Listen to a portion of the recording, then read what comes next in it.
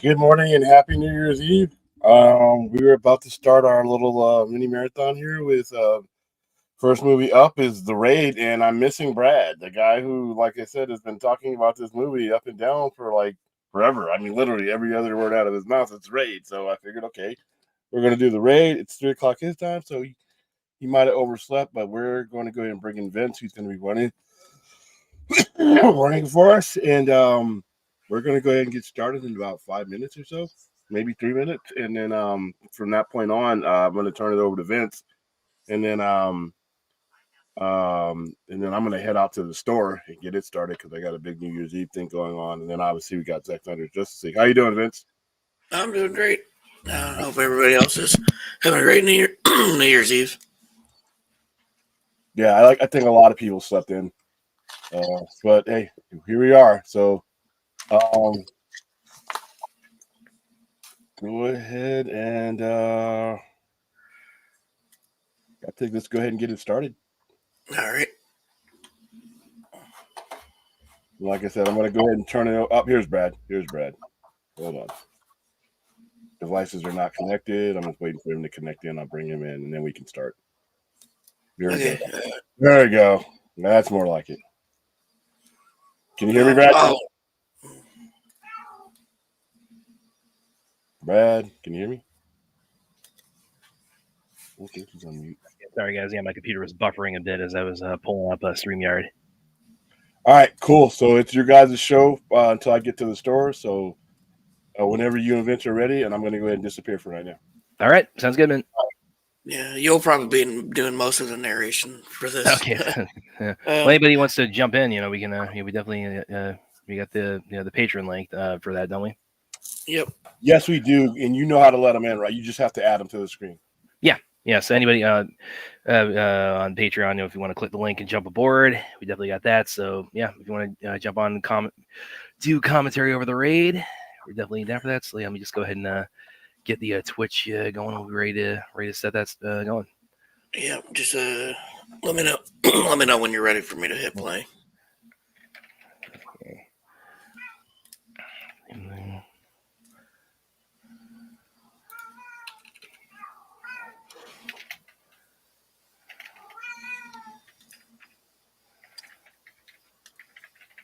Okay, I think we'll on just a second here. Yeah, if you need the link, it's in the private chat, I believe. Okay, everybody, we're going to get the raid playing in just a minute here. Yeah, as I mentioned to William, I was pulling up StreamYard. My computer was buffering a bit. So, but... Yeah.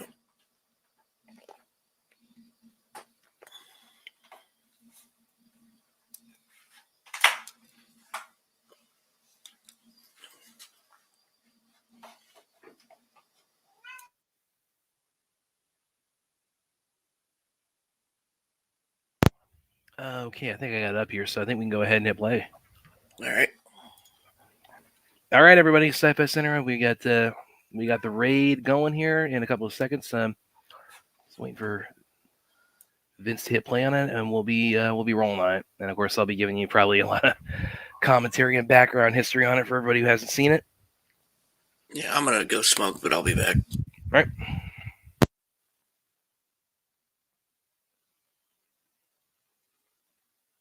All right, and here we go. It's the raid.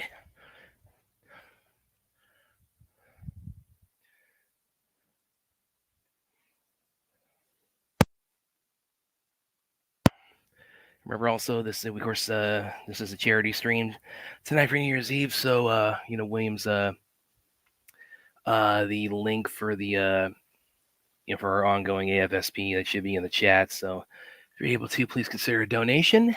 And if not, please just, just sharing on social media is also very helpful.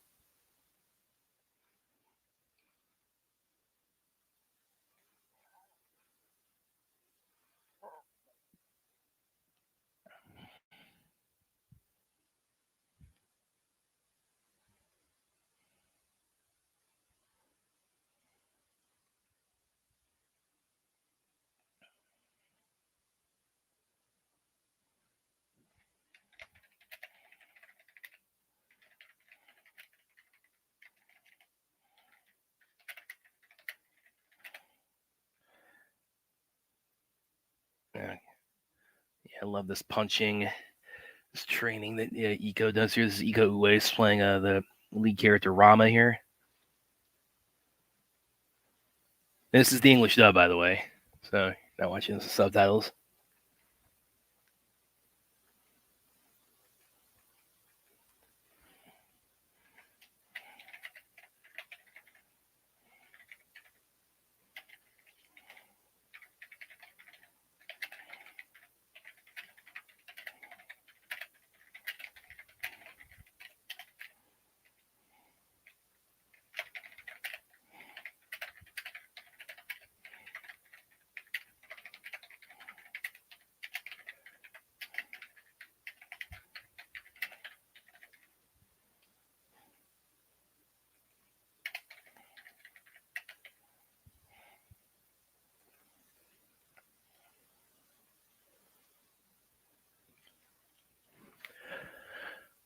So I'll go. I guess I'll go ahead and give you guys a little bit of backstory for anyone who hasn't seen the raid, which I've recently learned that's a not insignificant percentage of the Sci-Fi Center audience.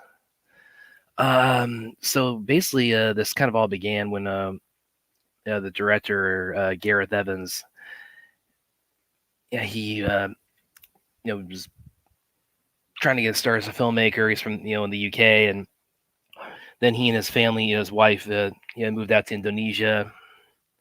Yeah, here's the title. I love the way the title intro, so ominous, so foreboding.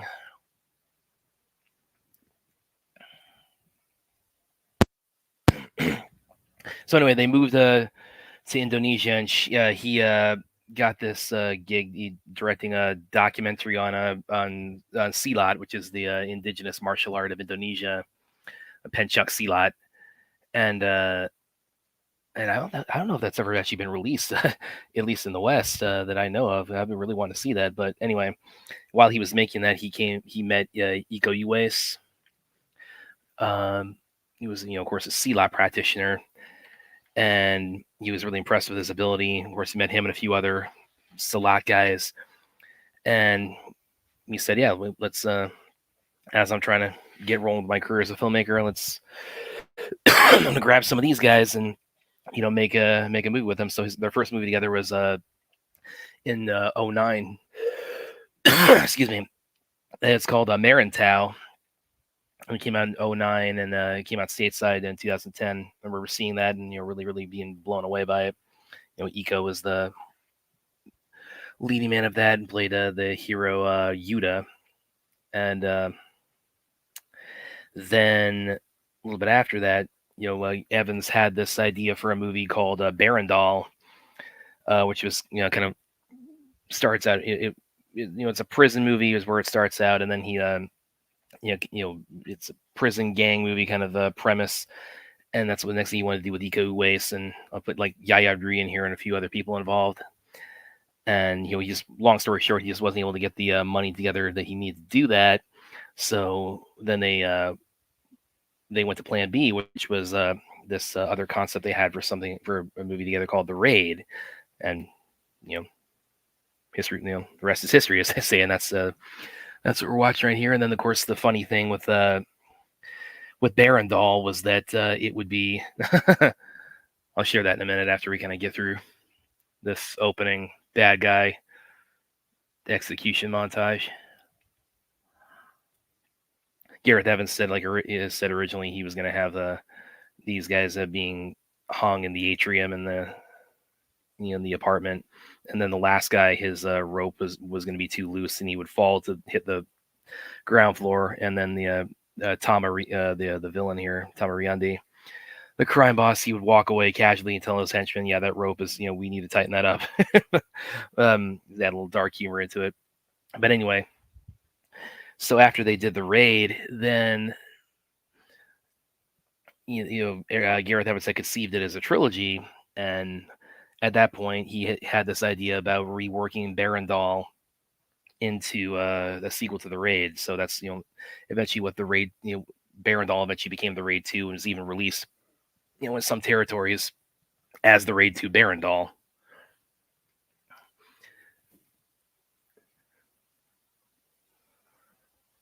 This is Joe Taslim, by the way, if you weren't aware. Of course, this is where I first saw him. At least he'd done a few other things prior to this, but then after the raid, he would go on to be, gain a lot of prominence in like Fast and Furious 6, and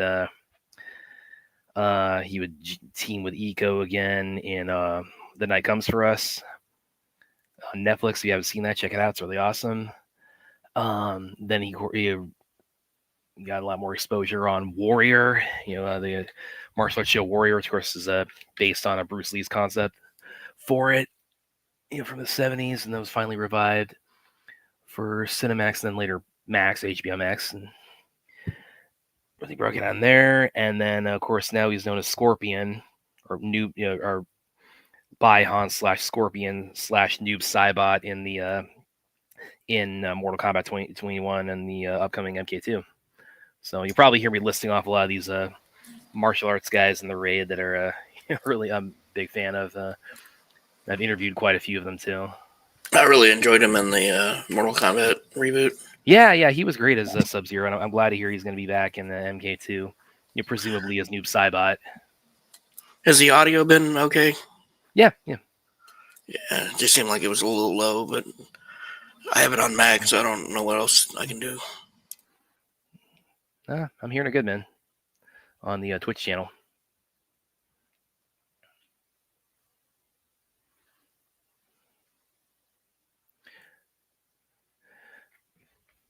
I remember when I've shared the trailer on the Sci-Fi Center a few times, I heard a number of people like Mr. Droga react to that saying, this looks like it's just action. That's pretty much what it is. Like as soon as these guys, when they get in the building, as soon as their cover is blown, it's just game on. It's just they're just in constant fight for their survival. Have you seen the raid, Vince? No. You've not. This is your first time? Yeah, it's my first time. Yeah. Okay. Yeah, because I have discovered in the last 2 weeks or so that a substantial portion of the Sci-Fi Center audience has not seen the raid movies. So we're fixing that as we close out the 2023 calendar year. I mean, when I was checking out this copy that I found, I kind of skimmed through it a little bit, and the violence level is a little more than I'm used to, but I'm sure I'll be fine. Yeah, well, I mean, if you can't, it's interesting you should say that too, because if you, I mentioned The Night Comes for Us with Joe Taslim, that's on Netflix, and I mean that's like 10 times more unhinged than the raid. So, one thing you quickly find out about a lot of the the action movies out of Indonesia is they hold absolutely nothing back. But anyway, going back to what Droga had said, I feel like I'm doing a director's commentary here now, actually. But saying, oh yeah, the rate, it's the trailer just really sold it, just nonstop action. That's pretty much what it ends up being. As soon as they get in the building and their cover is blown, and part of the reason for that is Gareth Evans, he wanted to do a bit of a genre flip from what they did with Mare and Tao, which that was more of a kind of a coming of age story, or a little bit more of a journey of self-discovery with Eco's character. And we said with the raid they wanted to just really just jump right in and just hit the ground running, and that's pretty much what happens here.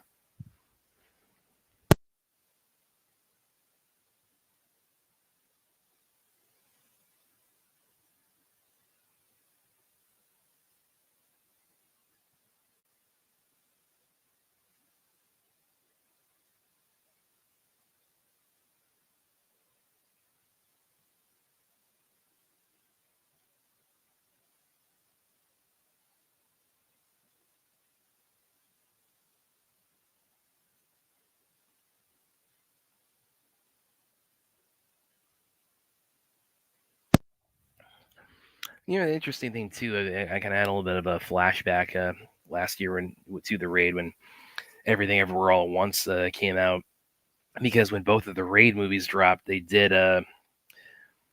Sony, they did this kind of interesting approach with it, where like week one they did like a 3-week rollout for it nationwide, where like week one it was basically just New York and LA. Then week two they expanded to like a few other like big, like Chicago and DC and a few other big cities. And it wasn't until like week three that's when they really went nationwide. With both the Raid and the Raid 2, and of course I was just waiting for bated breath the whole time with both of them because I had seen Marintow, so I was going in like knowing who these guys were and knowing what they were capable of. So I had tons of anticipation for it, and they basically that was kind of a similar thing that happened with Everything Ever All at Once last year, where like it started, with like almost like the awards season kind of style of a rollout, where it's week 1 New York, LA, whatever. Week 2 getting a little bit wider, and it didn't get to me until week 3, and then a little bit of a flashback to the Raid. I think that might have been. I feel like that might have been intentional on their part with that. I mean, it definitely built the hype up for it.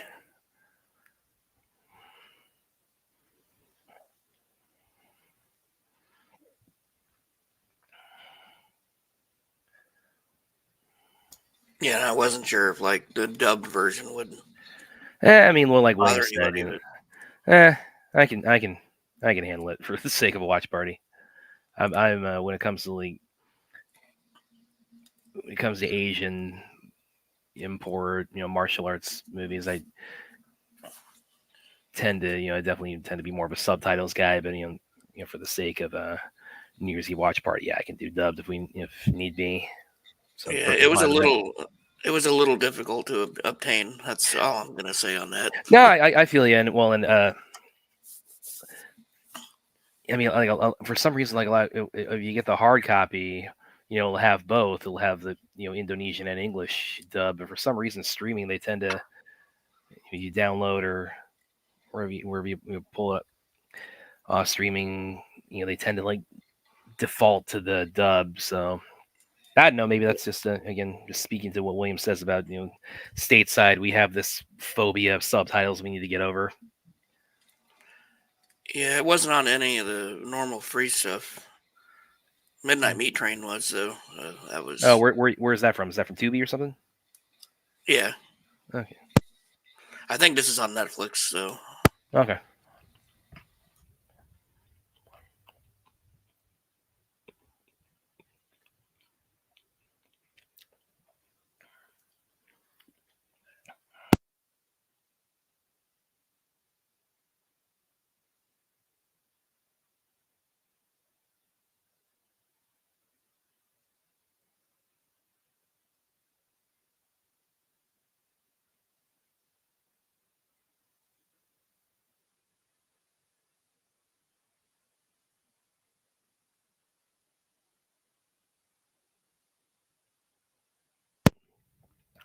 A little bit of a background too on everything I was saying earlier about Barandal and the efforts initially that was going to be what they wanted to do immediately following Marintow. It's like one thing Gareth Evans he lays this all out in the director's commentary on the Raid Blu-ray. I guess a little bit of a crash course in movie financing. He does that. He said part of the problem was that when they were going to investors to get the money for Barandal, the investors all told him it's like we'll put in this amount of money, but this has to amount to 50% of the budget. And every time they did that, it only came out. They were never able to get more than like a quarter of what they needed. So that's part of why they fell back onto the Raid as the okay, if we can't do Barandal, we'll do the Raid as the Marintow follow up. Okay, and we're about to shit's about to hit the fan.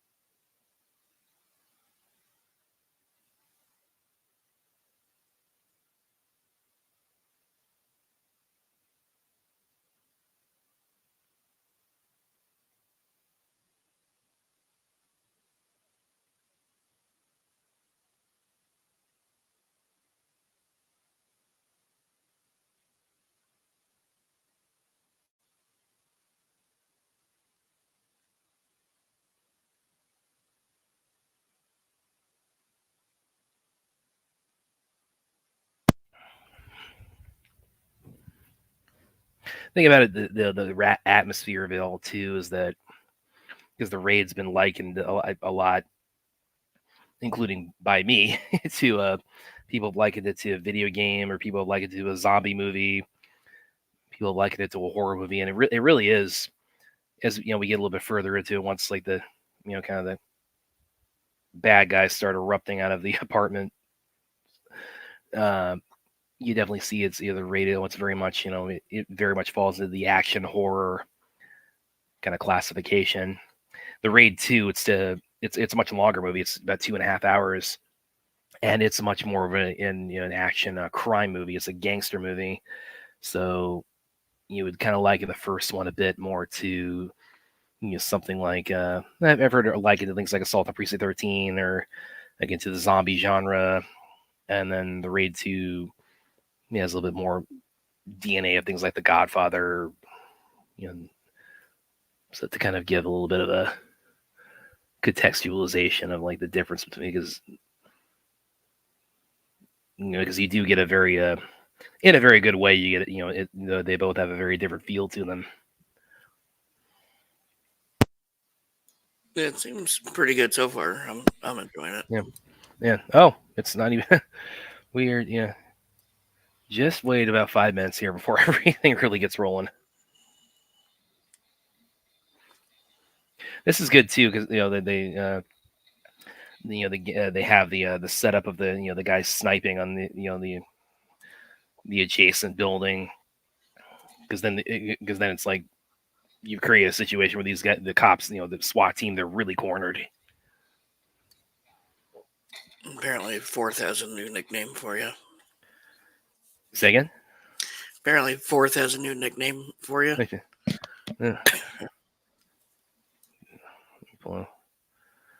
B-Rat.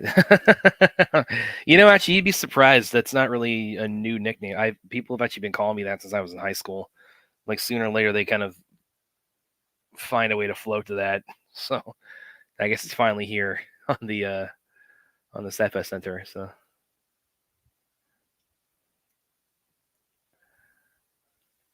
Spider-Man saying, I can't stand watch right now. I'll be on a bill. I'll definitely watch the Raid later when I get a chance. I'll watch it. Okay, sounds good. Sounds good, Spider-Man, because he's one of the guys in the chat who has seen the Raid, and he's telling everybody, that Brad's listening to Brad here. He knows what he's talking about on the Raid.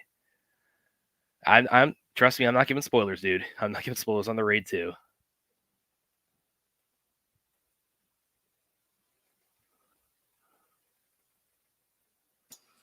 I don't ever take 4th serious, to be honest with you. Yeah.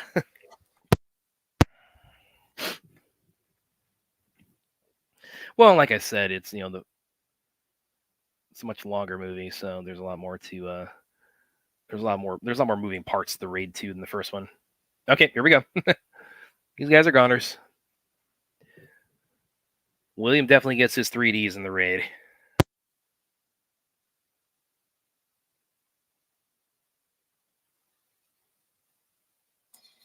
Shame he's missing it. We got replay too. I'll make sure he's there for the Raid 2 the whole time.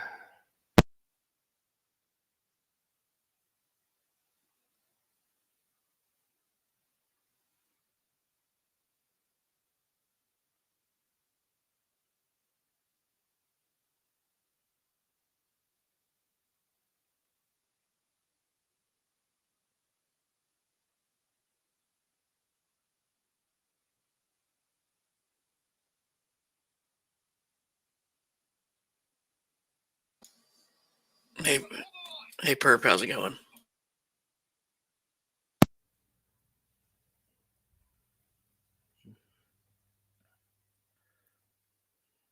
Don't be lame. Just okay. You insist, man. Have fun watching this. Yes.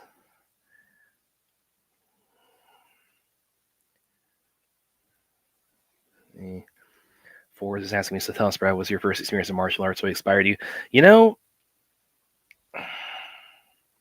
A bit of personal history. So probably, it's interesting because it was kind of a perfect storm of things because I lived in Hawaii for a few years when I was a kid, and my dad, stationed there was in the Army. So that in itself. Hold on, I'm going to let the villain speak here real quick before I get into that.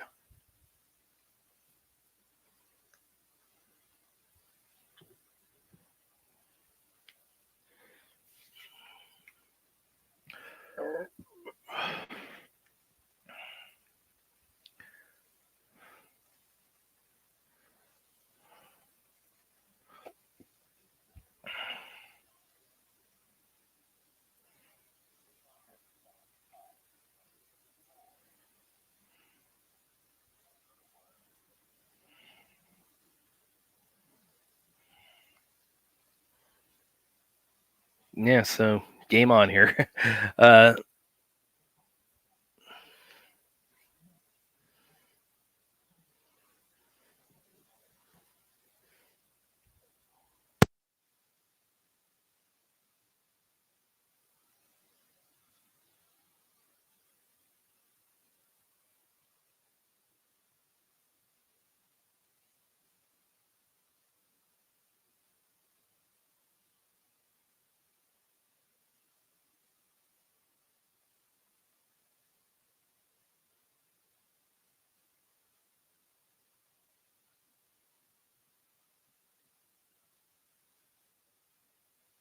So yeah, finding out the lieutenant's not the best dude. But anyway, kind of going back to what I was saying a minute ago. Yeah, so spending time in Hawaii when I was like from like 93, 96, that's that in itself is really kind of the good catalyst if you to turn anybody into a a cinephile or martial arts aficionado, because I mean Hawaii really is it's all of Asia on one island. I mean really I mean it's every Asian culture. You will see some of it there on Hawaii. So it was a real paradise for someone like me at that age. And of course, that part of that is is being exposed to martial arts there. And so there was that, and then also I was of the generation that was really kind of the first to discover Power Rangers and Mortal Kombat when they were getting popular over here. So that kind of mixture was really what brought it all together for me as far as sparking my interest in martial arts as a kid. Okay, and yeah, it's about to go down now.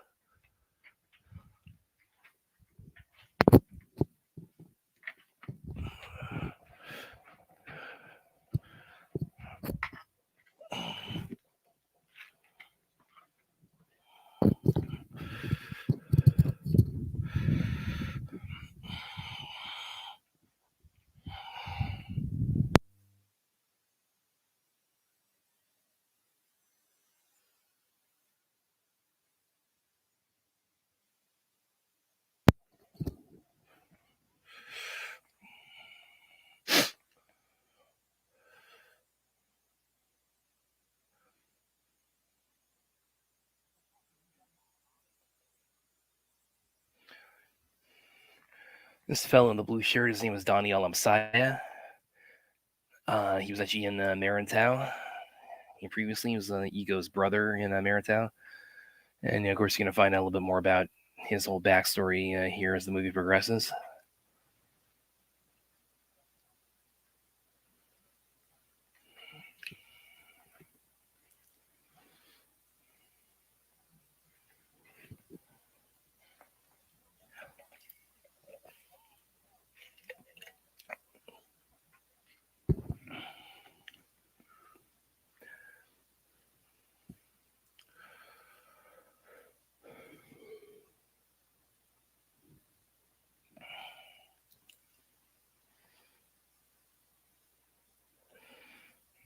Okay, and the guy right there with the long hair, yeah, he's important here. But yeah, the guy behind Donnie there, the guy with the long hair and the brown shirt, that's a Yayan Ruyan. He's another Salat guy. He was also in Marantau. He was kind of this sort of reluctant antagonist called named Andy in Marantau, and then of course he came back. He came back for the raid, and he's actually also in the Raid 2 in a different role. In this movie, his character is he's kind of like the main. He's not the main overall villain, but he's kind of the main henchman fighting opponent villain. His character's name is Mad Dog. And then the Raid 2, he's a different character named Prakoso. So they definitely had a lot of fun with that. And he's he's gone on to a lot of other things. More recently, I mean, he and Iko and Chet Shep from the Raid 2, they were brought into Star Wars The Force Awakens and completely wasted because they were just show up in the hallway, part of the Kanji Club, to just get eaten by a squid. But then Yayan and Cheshep is in the Raid 2. They would go on to be two of the Shinobi under Mark Dacascos Shinobi in John Wick Chapter 3. Of course, they have a big fight with John in the climax of John Wick Chapter 3. And Yayan, he's got his next big thing coming up is called Boy Kills World, where he's playing kind of this mentor to Bill Skarsgård. So I'm really looking forward to that in the new year. And Yayan is like, I'm telling you, everybody, I can't wait for everybody to see when Yayan cuts loose in the Raid tonight, because he's something else, man. He's one hell of a Salat exponent, and he's the tiniest guy in the movie, but he just puts the fear of God in everybody. He's just a beast. He's the character you least want to fight out of the Raid, and he's pretty much the guy who steals the Raid.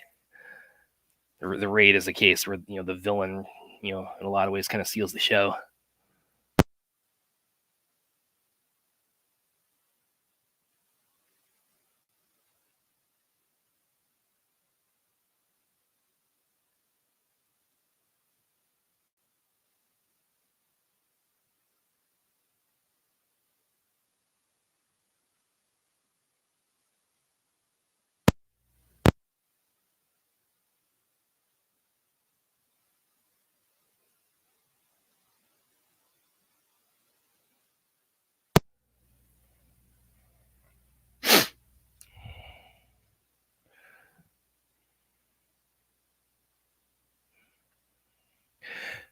Yeah, so to give a little bit more of a history with Iko Uwais, our leading man in the Raid and the Raid 2.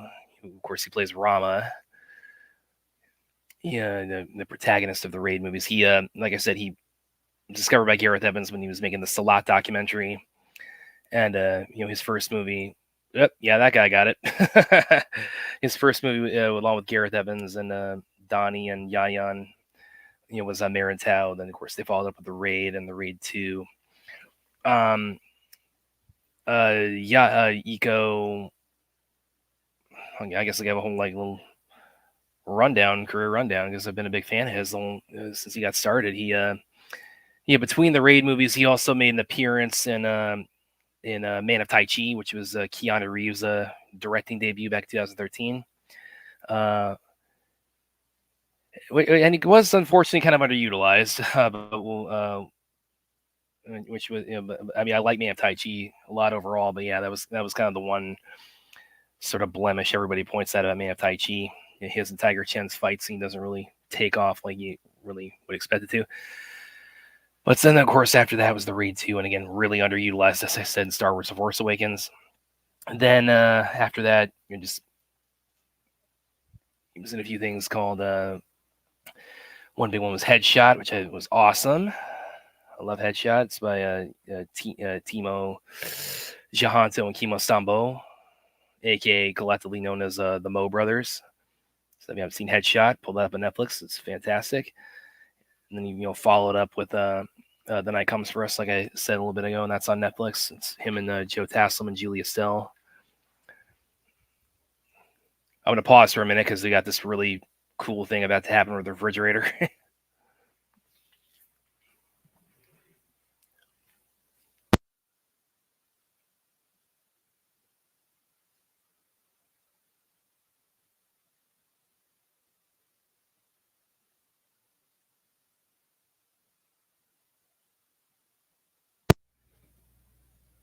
So that's your first big action scene of the Raid. What do you think so far, man? Well, it's pretty good. Yeah. Like I said, getting warmed up here. And then, but anyway, so going back to Iko, he, I left off on Night Comes for Us. What else? And then he was part of a Triple Threat, which I really, really dug. Which is basically kind of like an Asian version of the Expendables. Which brought him together with Tony Jaa and Tiger Chen. And like I said, he and Tiger, they kind of cross paths in Man of Tai Chi, but they get to have a much more in-depth fight scene in Triple Threat. So that kind of atoned for him not really him kind of being underutilized. I mean, at Tai Chi, there had them, Tony Eco Tiger alongside Michael Jai White, Scott Adkins, Gigi Yanin, Michael Bisping from the UFC, and under Mr. Jesse Johnson, who's I've interviewed several times. So shout out Jesse if you're watching. He just put out his latest. I interviewed about this. His latest his pet project is called Boudica. So give that a look if you haven't. And he's kind of the part of the generation of stunt guys who've turned into action movie directors. He's definitely, I think, one of the. He's definitely up there. Is one of the best to make that transition. So yeah, there's Triple Threat, and then Eco. Let me pull up his Wikipedia here. I'm gonna read off a little bit of it. Yeah, Mile 22. I wasn't as big on Mile 22 because I felt like that was I felt like that kind of that was another one that kind of especially with the editing kind of underutilized. Didn't really sell Eco's skill set as it really could have, and you're in about 3-4 minutes here. You're about to see what I'm talking about. How much I've been really singing the praises of the Raid, because that's we're about to have the the martial arts really kind of kick in here very shortly.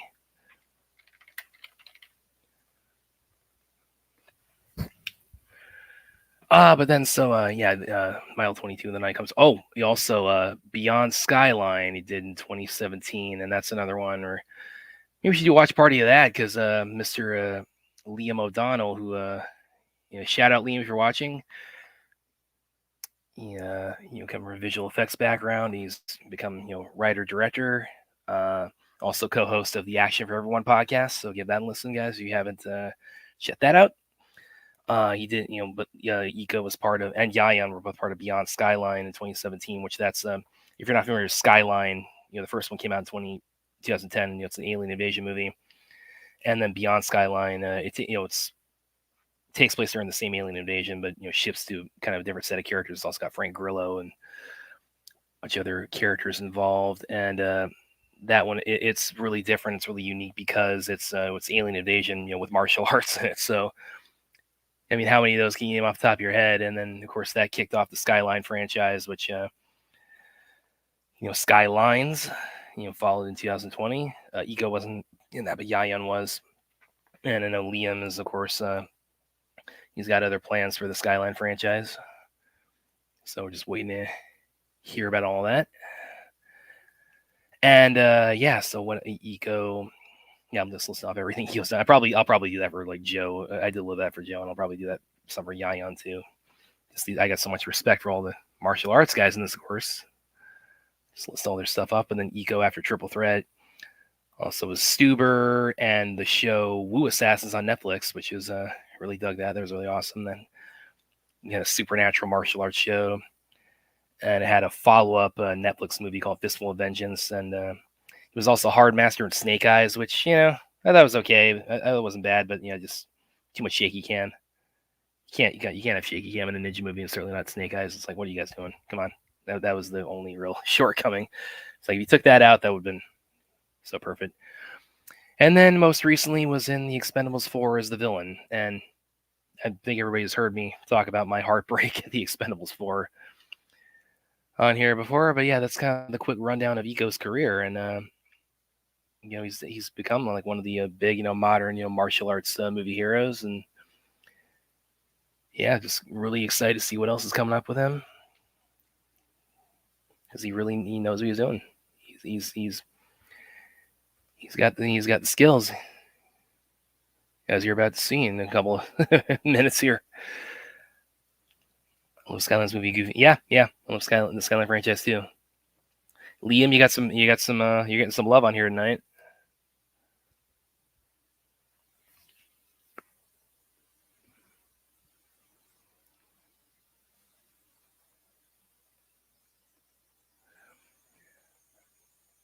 And Wu Assassins got a little too green screen for the latter half slightly. Yeah, they get a little bit. I know the parts you're talking about, but Like I said, I still loved it. It was a cool series, and like the Fistful of Vengeance, the follow of them. Of course, wonder where they're gonna take the Wu Assassins franchise on Netflix from here. Hallway fight, we're about to get one.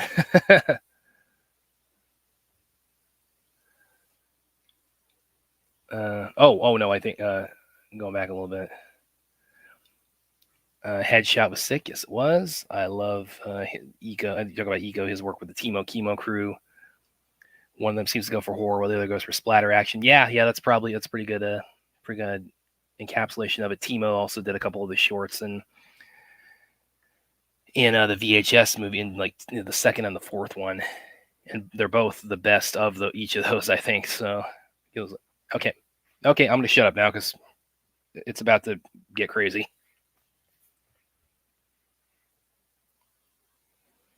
Here we go.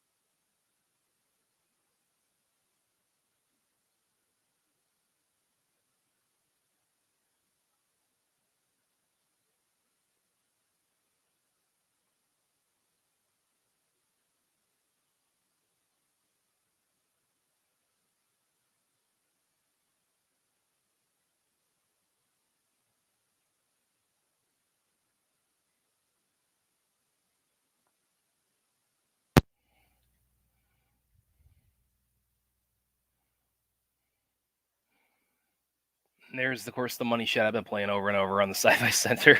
It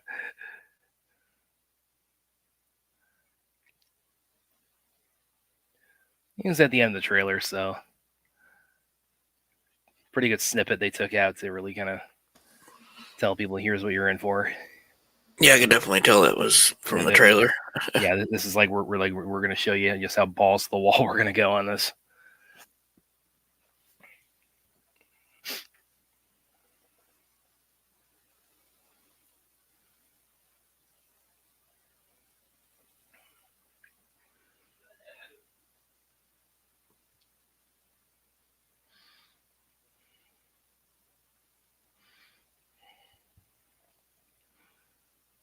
Okay, so there you go. First big action scene of the raid, and the way they kind of frame it, and like I said, that it's very much of the action horror kind of feel. So, and you definitely see that with things like when the guys are hiding here and they're the bad guys are clanking the machetes across the wall. So you kind of get like a good blend in the raid of but it's both action, but it's also scary. I mean, like this right here, where he's where he's like, I'm gonna stay in my ground, but I'm out of bullets and we're about to get ambushed. So you're put into, and this is what a lot of the reactions to at the time back in 2012 said, you're really put into into the shoes of these characters, where it's of just how scary the situation could really be.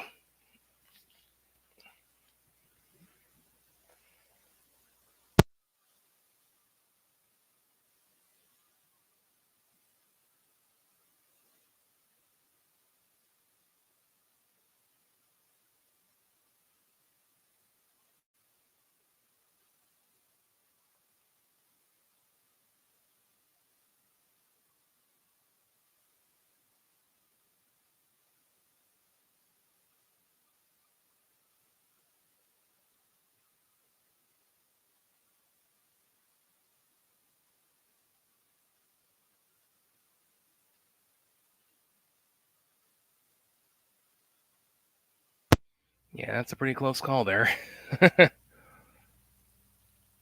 Out in the hallway, 2 more seconds and you're done.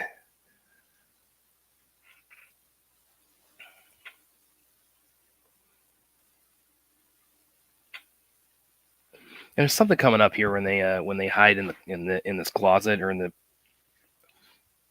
like between the walls. I'm really, I'll point it out when it happens, but I'm really kind of curious like how they did this or how they timed this. Maybe is the way to put it. Maybe like how they did it in a way that is the safest or the least painful. Again, I'll go into more depth in it when it happens in a couple of minutes here.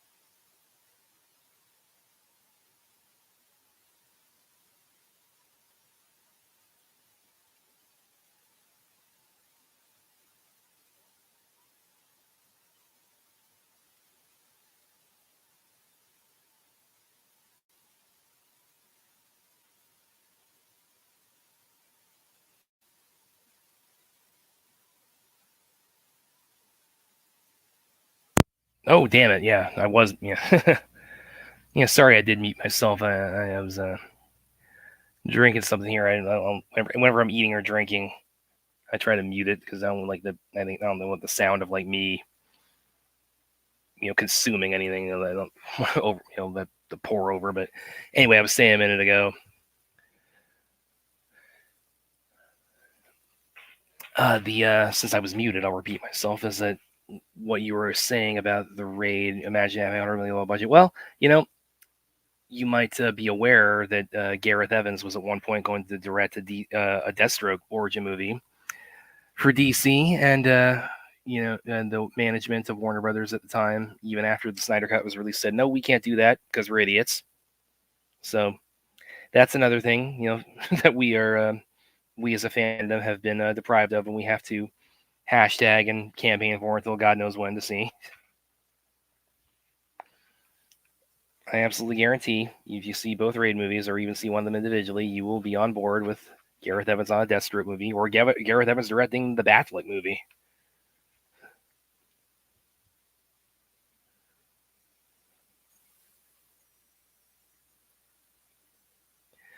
Machete Gang there about the Bob sockets. Yeah, I can see that.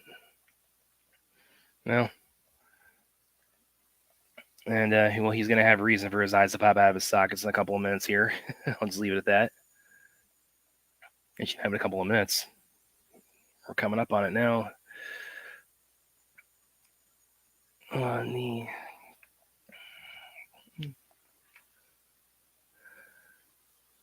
So yeah, I'm gonna go ahead and shut up again here in a minute once the action starts back up.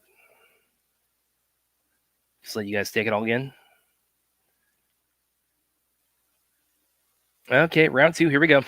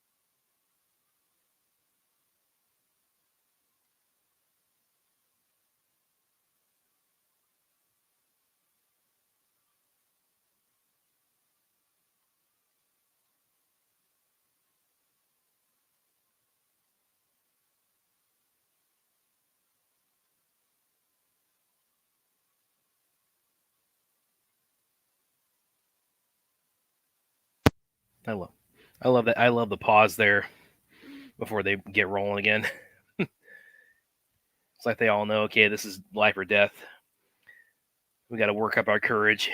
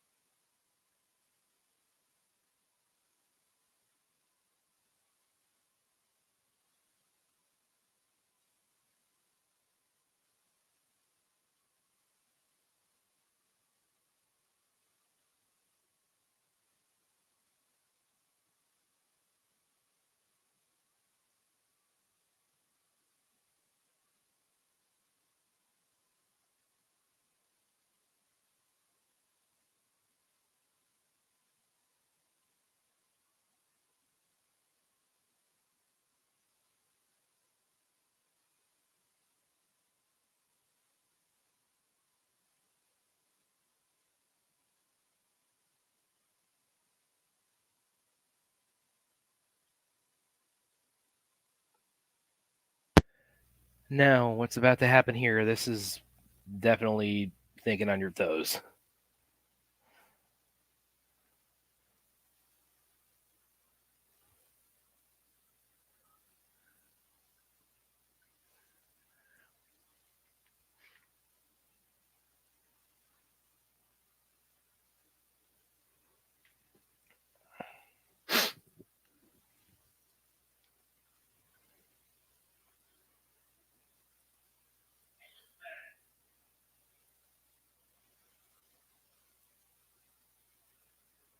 Evans treats gore shots like 80s action movie explosions, the final payoff to a scene.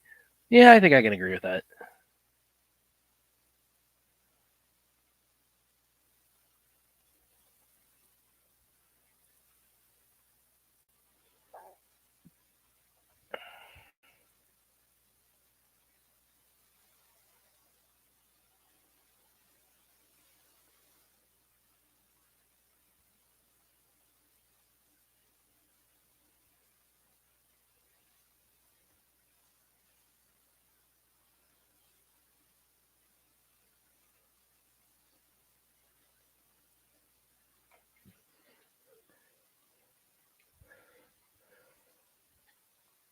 You know what you said also about Gore there, little perp.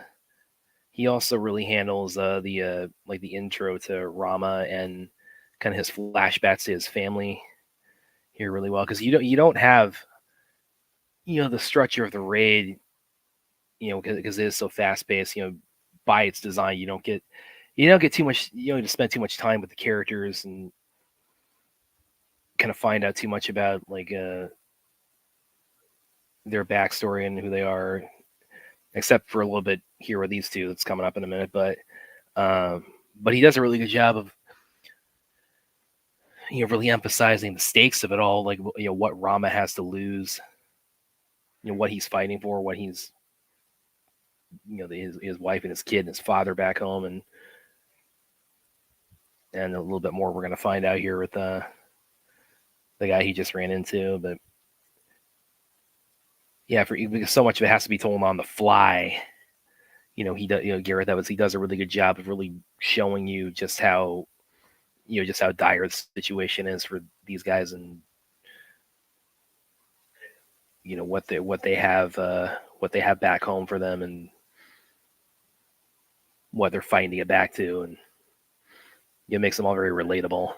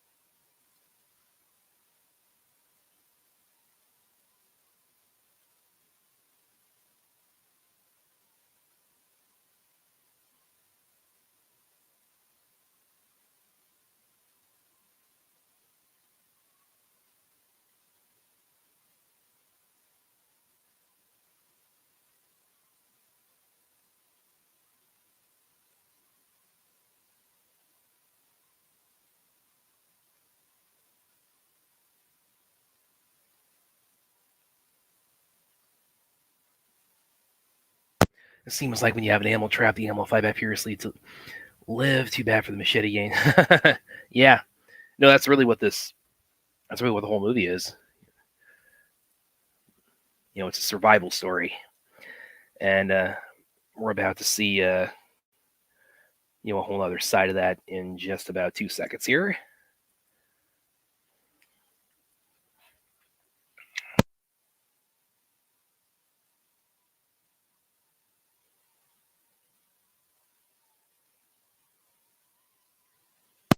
Hey, you don't bring a knife to a gunfight.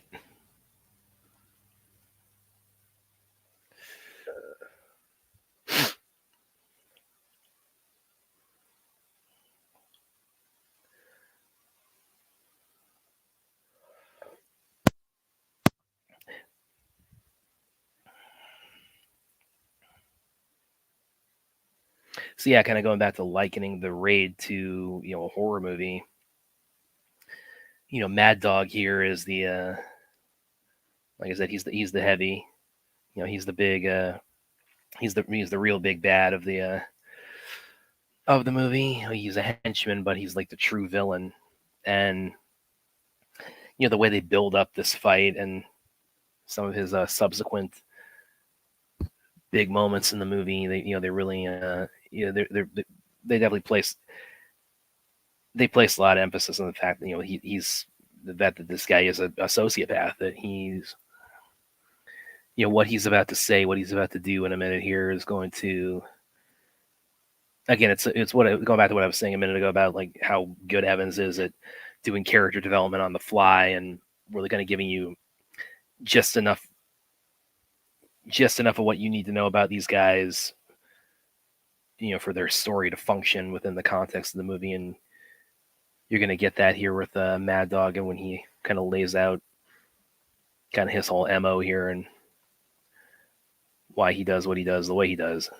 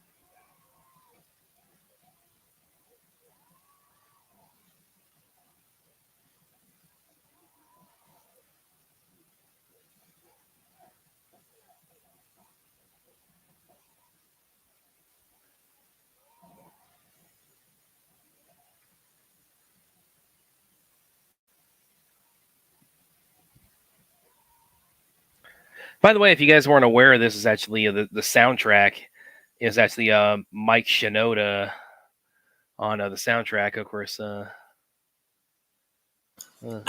Lincoln Park. Yeah, exactly. Yeah, I was drawing a blank there on his group. I don't know why, but yeah, he was on the soundtrack, and definitely adds to the edge of the movie.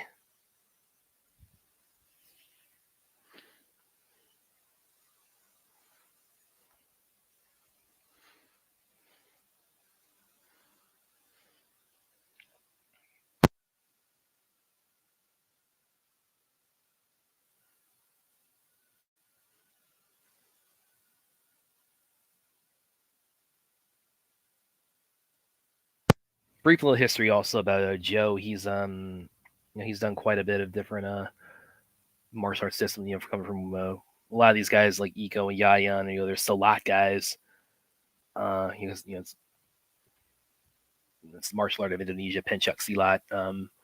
And Joe has done quite a few different things. He's done Taekwondo and Wushu, but he's kind of mainly, one of his big things, maybe not mainly, but one of his biggest things is he was a judo champ for he was an Indonesian judo champ for quite a while before he got into movies, and so he brings a whole like different combination of disciplines.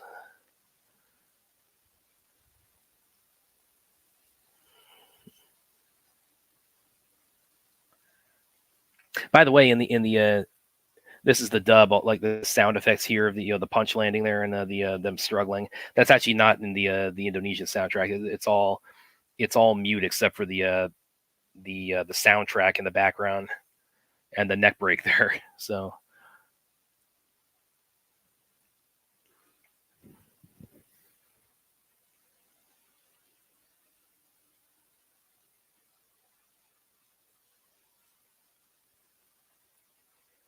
Yeah, Forts. I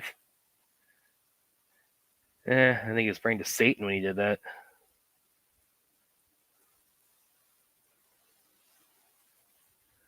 Well, I think also this building is a little bit of an impoverished area too, so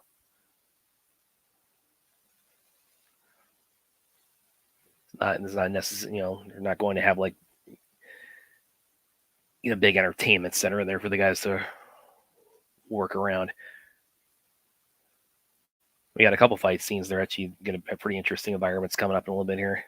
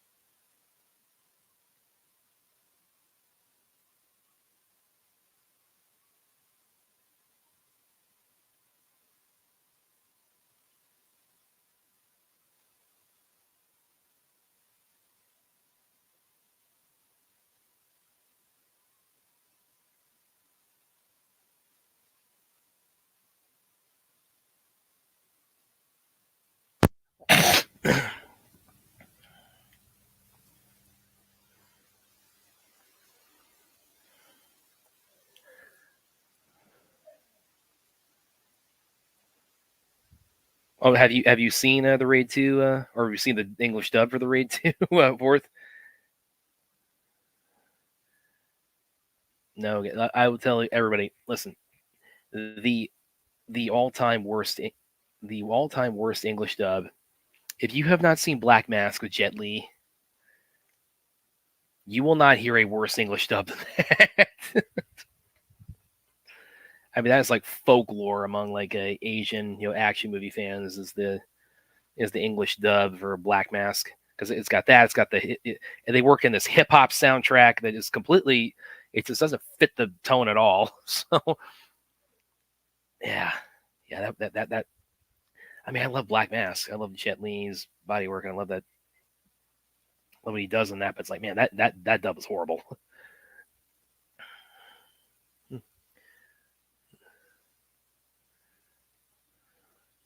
Tell me when you guys are done with the raid, so I come watch me. Well, the raid should be. I think should be wrapping up in about 35 minutes or so here, Chappie. You want to see the raid, man? Or are you going to watch the replay? I will get all of you guys in here for the raid too. Mark my words.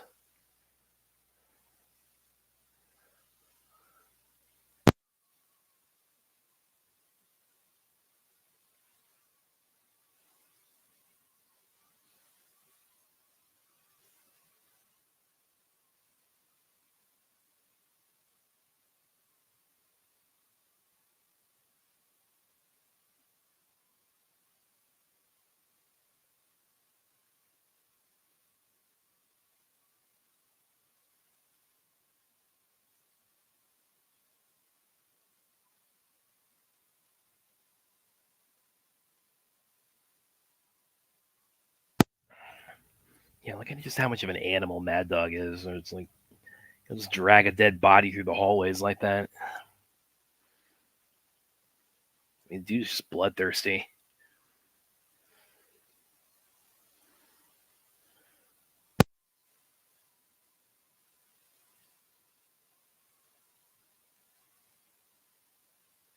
I showed Max the movie for the first time and started on the dub, and she was turned on. Okay.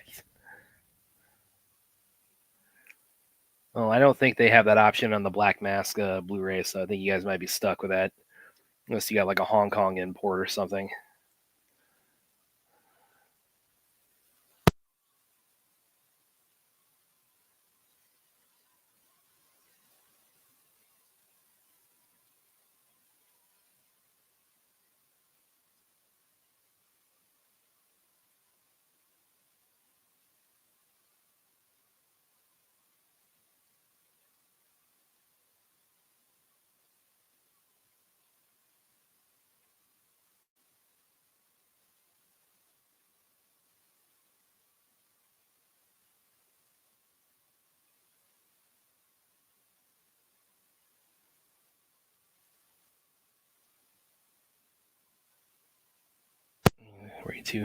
Yes, fourth, the rare not troll comment by fourth.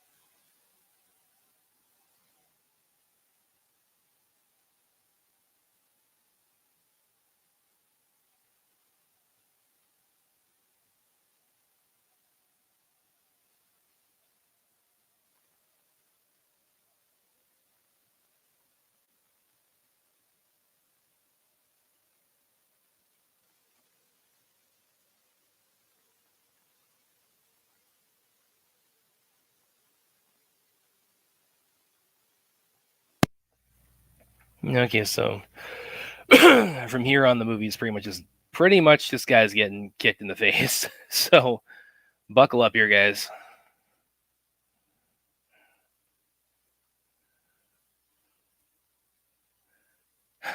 Fourth says, guys, reminds me of my landlord.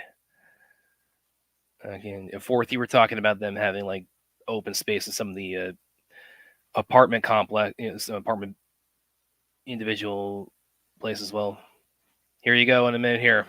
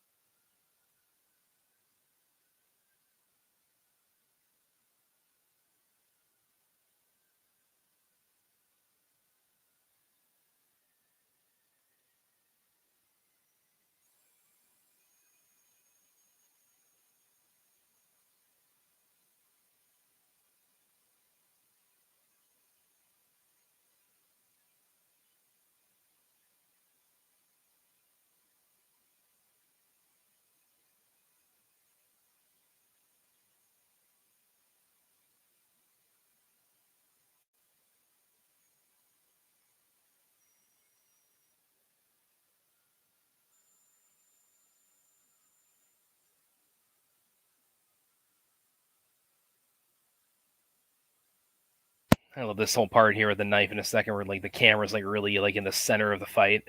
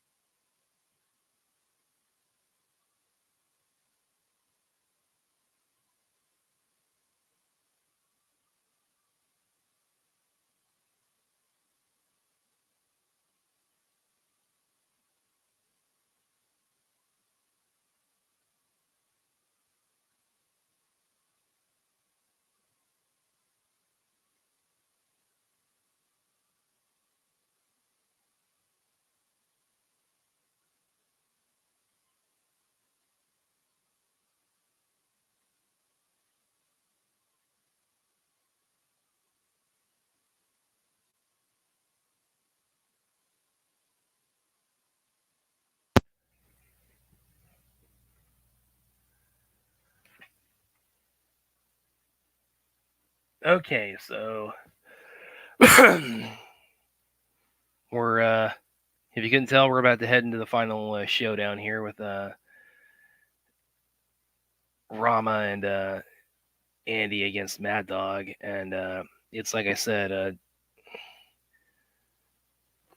this movie just the raid really is such an instance to me, and of just the bad guy just stealing the spotlight so much, because and that's no slight at all on on Eco. I got nothing but love and respect for Eco, but just Mad Dog is just such a memorable villain. Like what he's doing right here, and he's the zeal he has for just inflicting pain on people. And if you haven't seen the movie, there's something that's going to happen in this final fight that's really going to make him a particularly unforgettable bad guy. So I'll point that out when it happens. But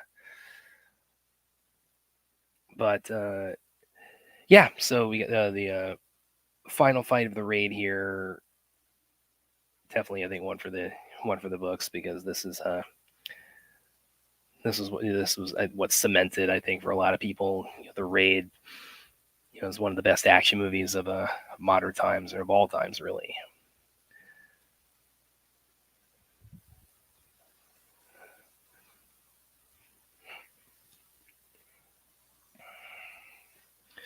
And Gareth, to give a little bit of a background on the final fight too, Gareth Evans, like one thing he mentions on the raid commentary is that the final fight scene. This is clear. Obviously, this is going to be a 2-on-1 with Rama and Andy against Mad Dog. And he said the kind of the basis for it, or the inspiration behind it, was the final fight of Dragons Forever, with Jackie Chan and Mars taking on Hwang Ying-sik. And the commonality he references there is the idea is that it's a 2-on-1 with two heroes taking on the bad guy, and the bad guy just totally walking over both of them. So, and you'll definitely see that come out in about 5 seconds here. So I'll shut up again, and here we go.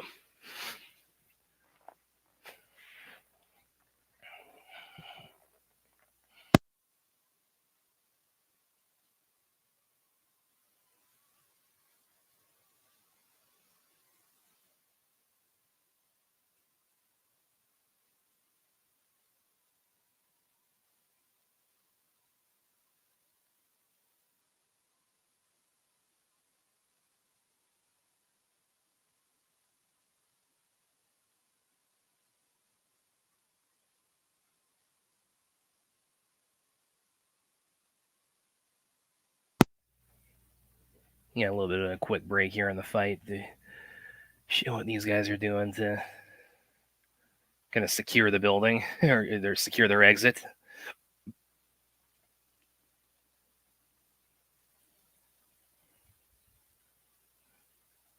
But yeah, like I was saying a minute ago, the finale, Gareth Evans, but yeah, that's the basis was Dragons Forever, the 2-on-1 with Jackie Chan and Mars against Hwang Ying-sik, and the idea of the villain just completely dominating two heroes at once. And that's what I was getting at a little bit ago about the idea of Yayan as Mad Dog just being just such a memorable villain. Because you always you want the villain to be to be the so skilled. You always want to see the hero overcome the greater odds, but the way they portray it in the raid, you'll definitely see this by the end of the final fight in a minute here. Yeah, but the way they portray it in the raid, I mean, it's pretty safe to say Mad Dog is the best fighter in the movie, and the ultimate outcome is a, which I won't reveal too much about, but it is a very it's a very narrow very narrow win. Let's just leave it at that for the time being. And I'll shut up again. Here we go.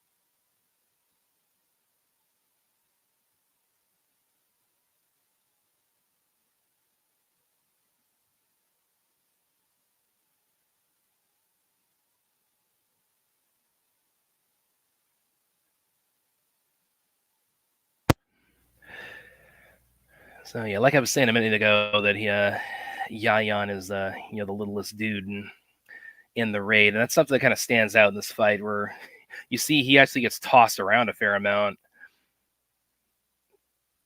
because I think it's kind of it's the it's the two heroes, I think, getting frustrated at points, saying like the only way they can slow him down even for a minute is literally just to pick him up and throw him or flip him at points, which you see, but that doesn't slow him down at all.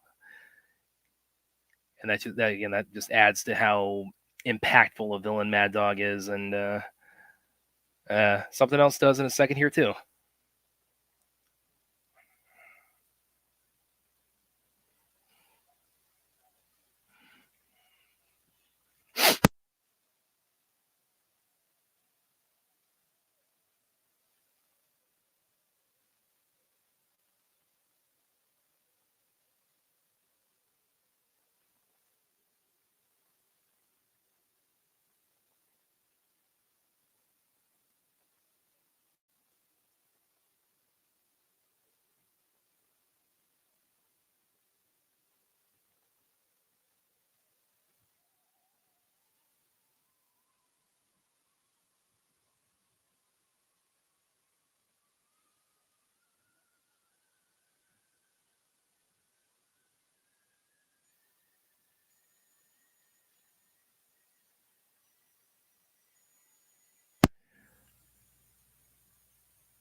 There's your 3Ds there, William.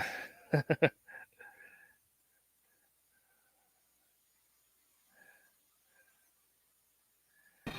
this being the Deathstroke fighting as Batman on the top of the Arkham.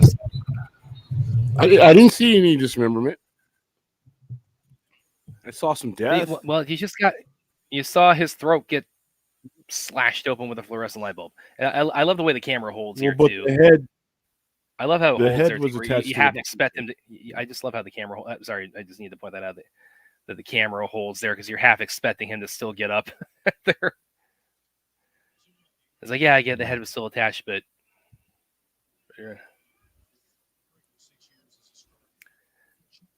told you, fun. But as Ford was saying, imagine this being the Deathstroke fight against Batman at the top. Yeah, or God forbid, in a movie with Joe Manganiello's Deathstroke and Ben Affleck's Batman. How cool would that be? WB execs.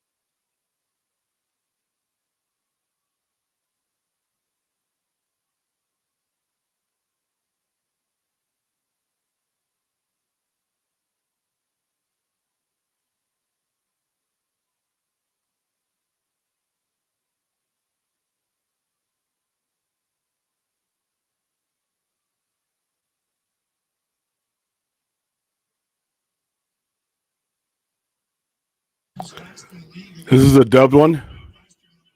Yeah, it's the dub. It's the English dub.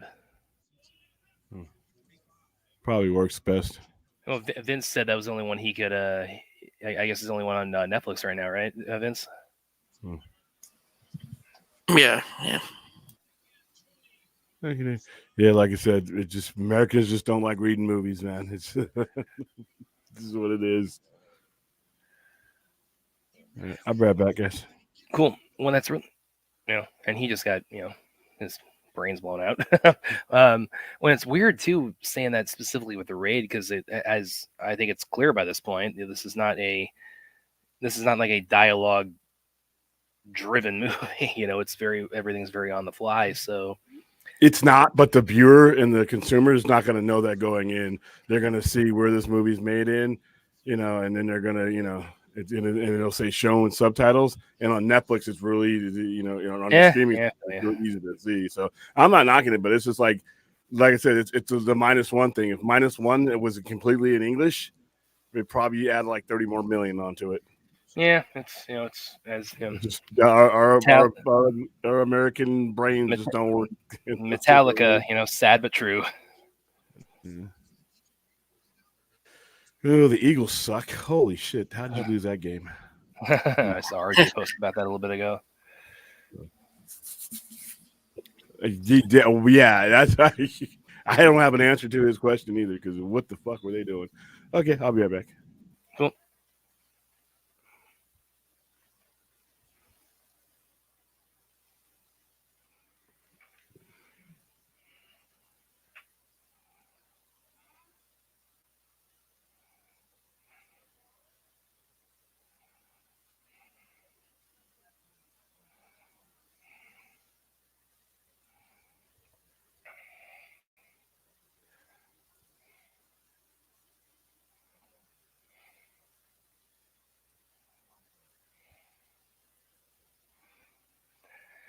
That box of tapes and the name Bunawar, those are going to those are both important early on in the Raid 2. The Raid 2 actually, it takes, a little bit of quick context, it takes place, it picks up like 2 hours right after the raid ends. So that kind of shows you a little bit of the time frame. But there is also a pretty big time jump in it. I'll just leave it at that. But it picks up 2 hours after the ending of the raid.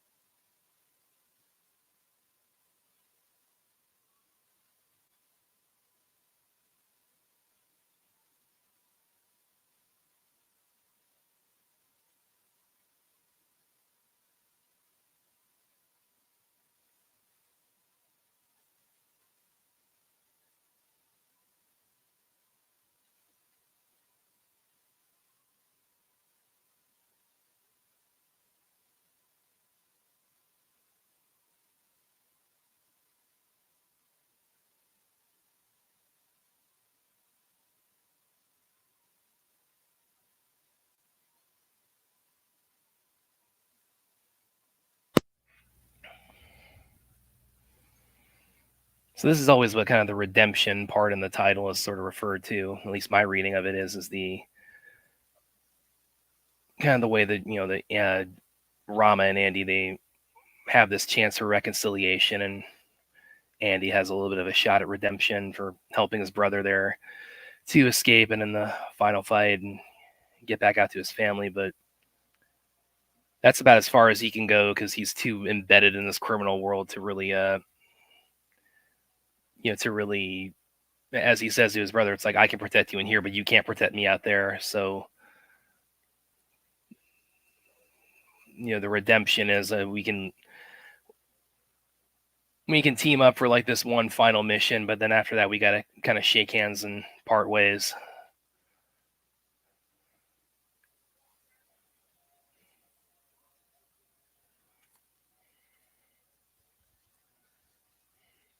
Yeah, I'll let the credits play for a second. Yeah, sure. The next movie, I will give it a few minutes. I'm gonna go outside and smoke anyway. Yeah, sure. Then I can get it all queued up. Yeah, music by Mike Shinoda. Yeah, what were your thoughts on the raid overall? I thought it was pretty good. I mean, like I said, I'm not always the biggest fan of the hyper violence or whatnot, but I thought it was done really, really well in that movie, and it just basically reminded me of watching. I've only ever seen the first John Wick. Oh, really? So I'll watch the rest. Yeah, you are behind on like action stuff that I'm on. But it kind of reminded me of that and Dread, and I absolutely love Dread. Well, Dread, I mean, it's gotten a lot of comparison to, or Dread got a lot of comparison to the raid because it came out after, and of course they're the cops trapped in the building with the criminals premise they both have.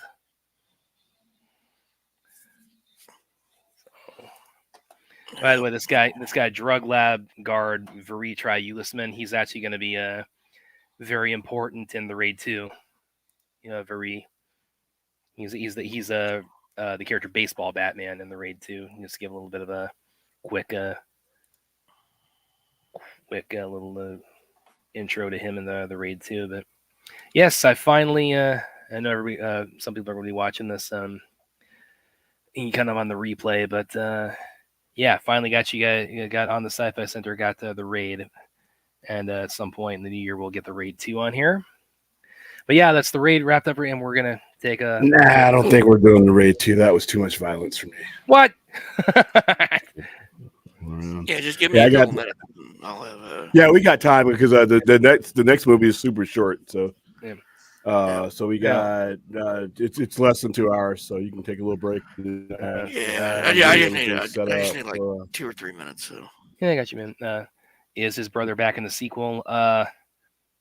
Yes, and I'll just leave it at that because there is definitely a caveat to that. You'll find out what that is once you see it.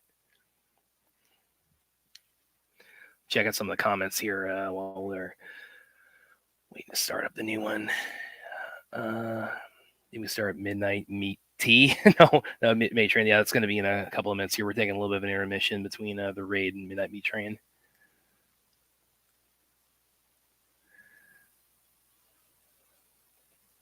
Chappie says, I already got Midnight Meat Train ready to go, and we were watching the director's cut. I believe it's, or are we watching? Well, I'll ask Vince when he comes back in. Is there a prequel? No, there is not. The Raid, it's basically the 2 movies. It's the Raid Redemption and the Raid 2. So as far as like knowing the whole franchise, that's basically that's what you got to. It's just those 2. Once you see them both, you're up to date on everything. And like I said, the Raid 2, it's so much more complex because I think everybody would agree. This what we just saw. It's a very and of course, this is not meant in a disparaging way at all, but it is a very simple premise. It's the SWAT team, they go in the apartment building full of criminals, their cover's blown, and all hell breaks loose. So it's very easy to just wind that up and just let it all just let everything play out, and all the insane Salat action we just saw play out. But the Raid 2, it's this gang war, undercover cop, somewhat of a prison movie, somewhat of again of a revenge movie, somewhat undercover. I think it's got a lot more moving parts to it, and again, it's a much longer movie. It's 2.5 hours.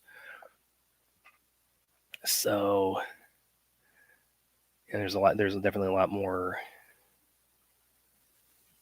There's a lot more complexity of the Raid 2 is the way to put it. There's a lot more characters in it too. Like I said, Veritri Ulisman, he's a Baseball Batman. Again, Rama's back as the protagonist, but the villains and a lot of the other characters. There's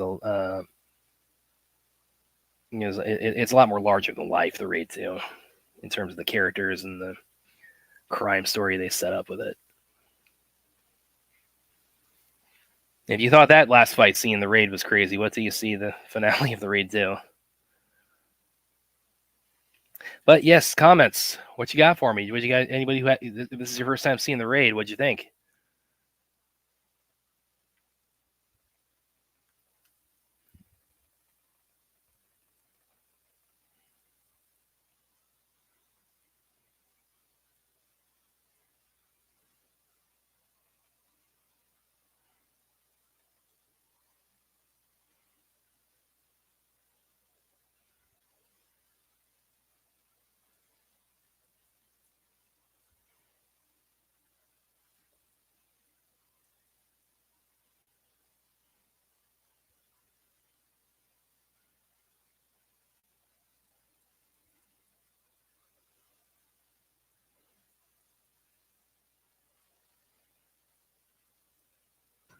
Yeah, hyper violence was definitely the term I would use for that. That was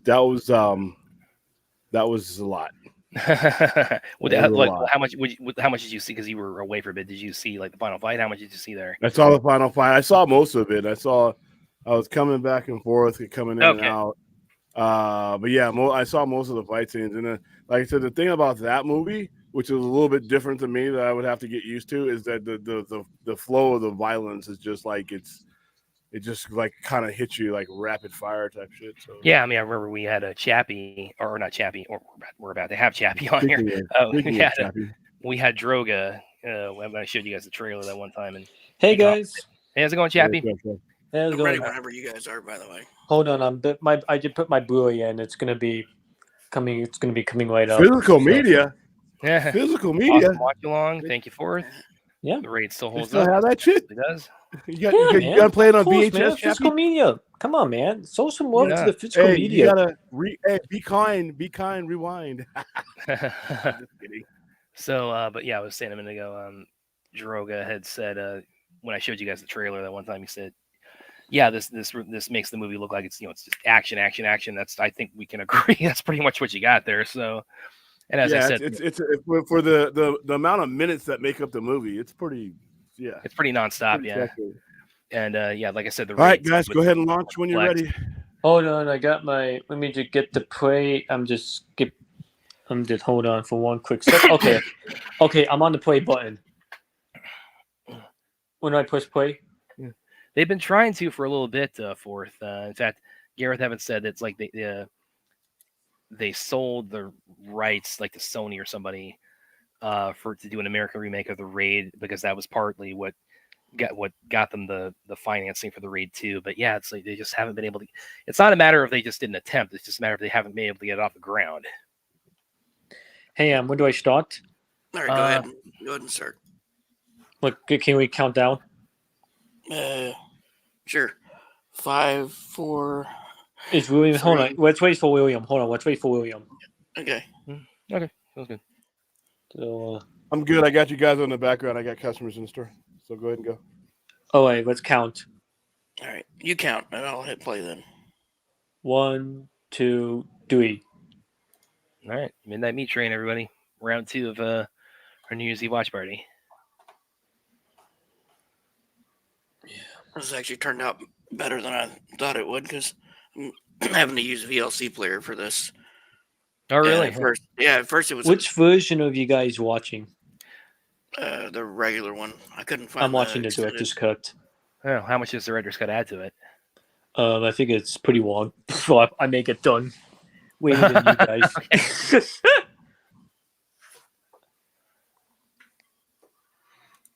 If you want to watch this version with this, I have the link in the chat. Yeah, he's got the it's in the Twitch, so it's right there in the comments.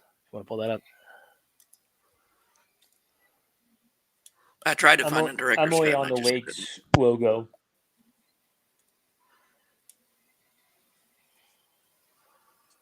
So this is a first time watch for you guys, huh? Yep.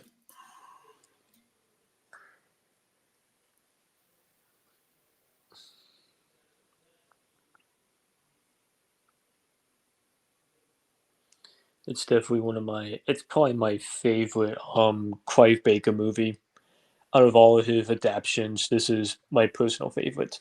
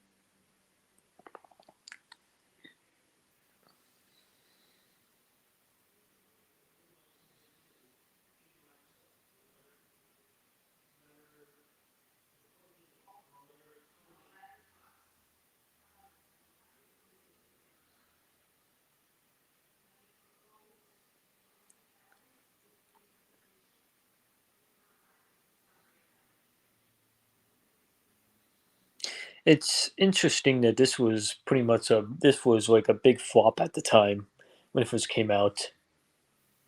Like it didn't do it didn't do very well at the box office.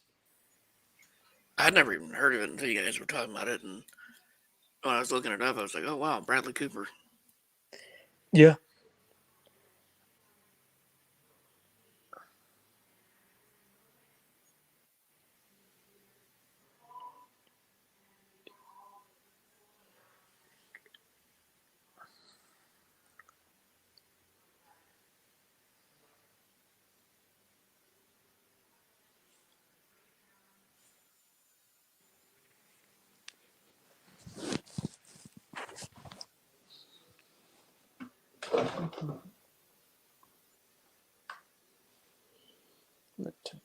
Point.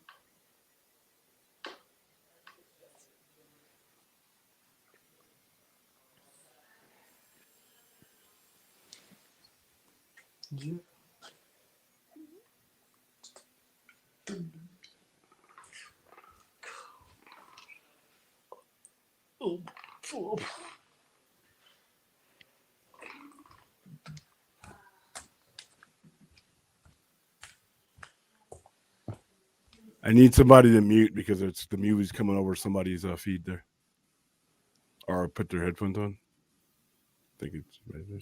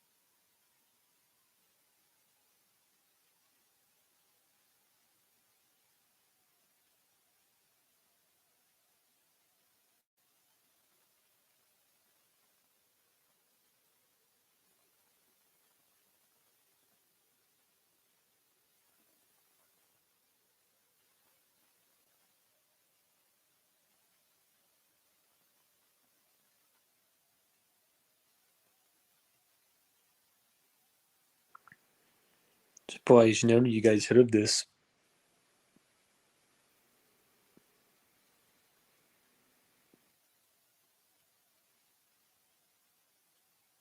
It's Rocket Raccoon.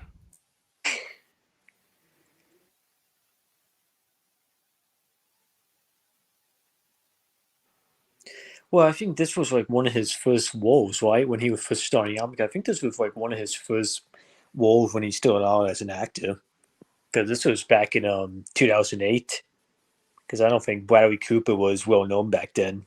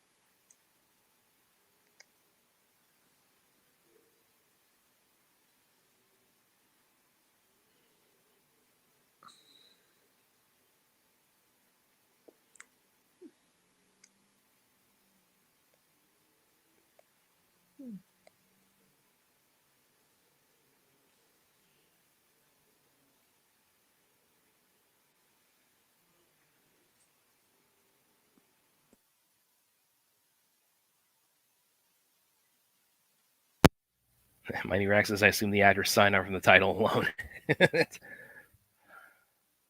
Yeah, we're some midnight meat train. You in, you out.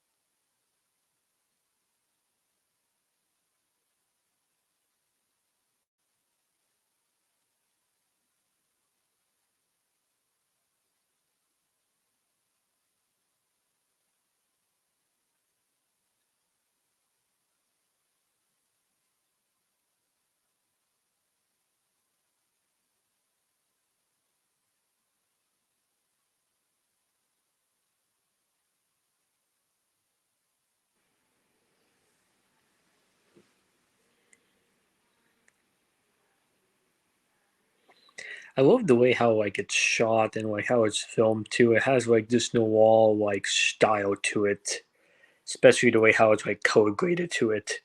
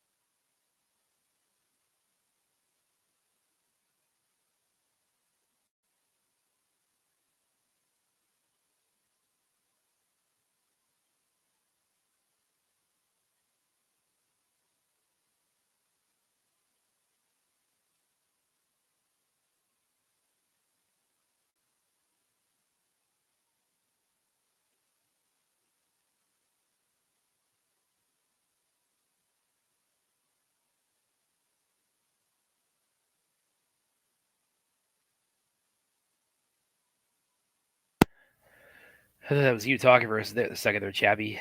His voice actually kind of sounds a little bit like yours. So I thought that was you for a minute. Me?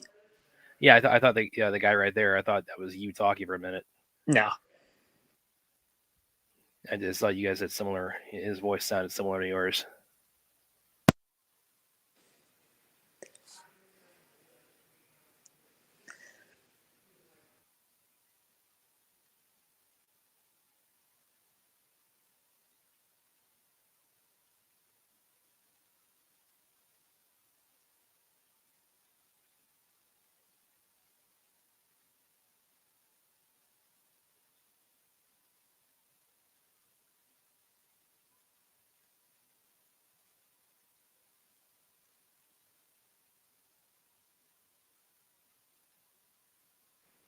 Such a great shot.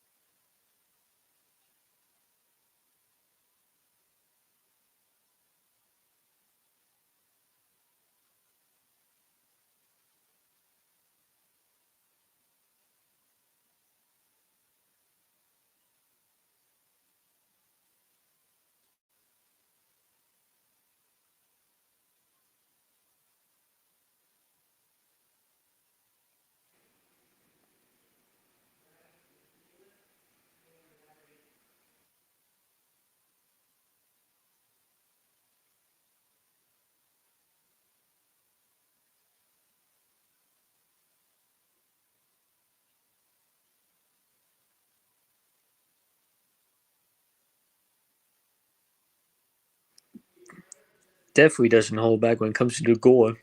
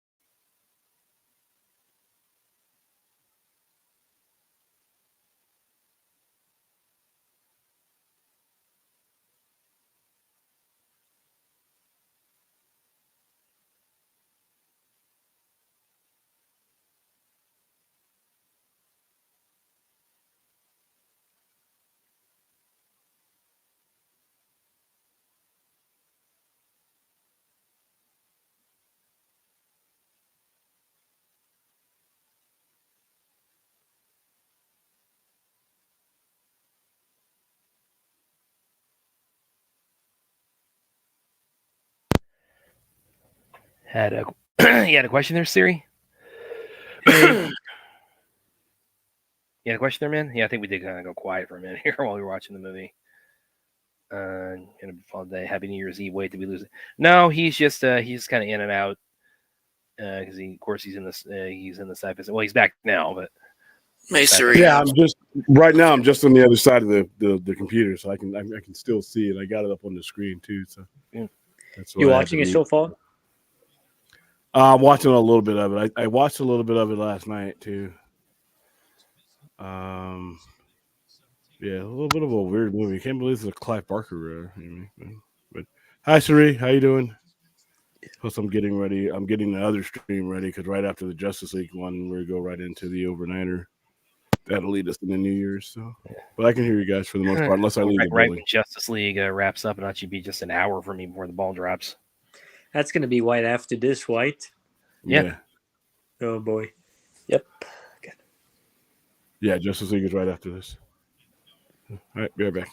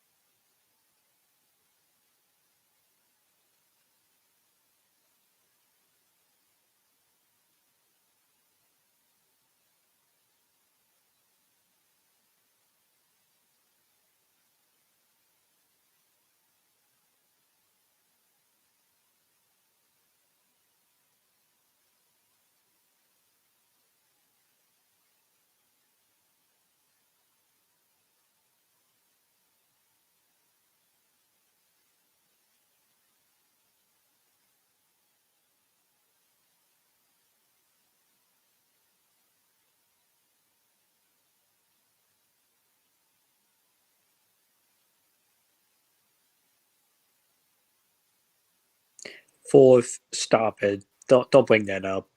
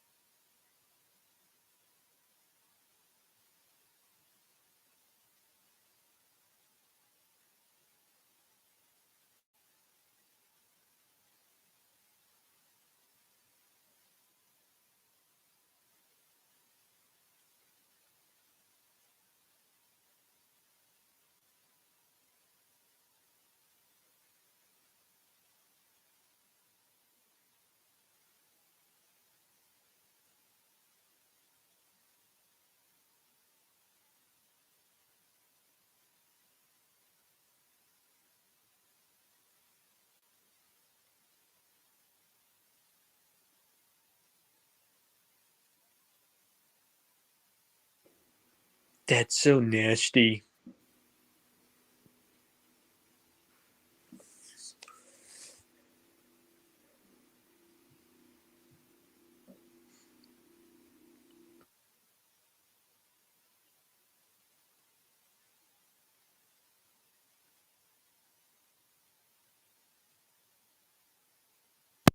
Fourth, come on, man.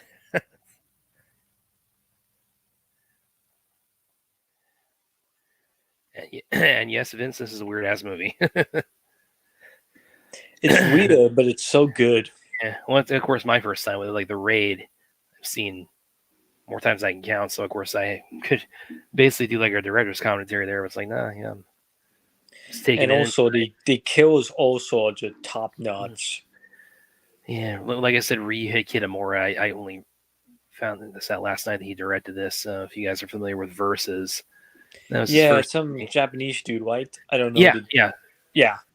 Well, Versus, it was his first movie, and the way I described it, it's basically Highlander meets Evil Dead. Mm-hmm. So if you haven't seen that, give that a look. It's pretty awesome. It's pretty it's a very kitchen sink kind of thing. Let's put it that way.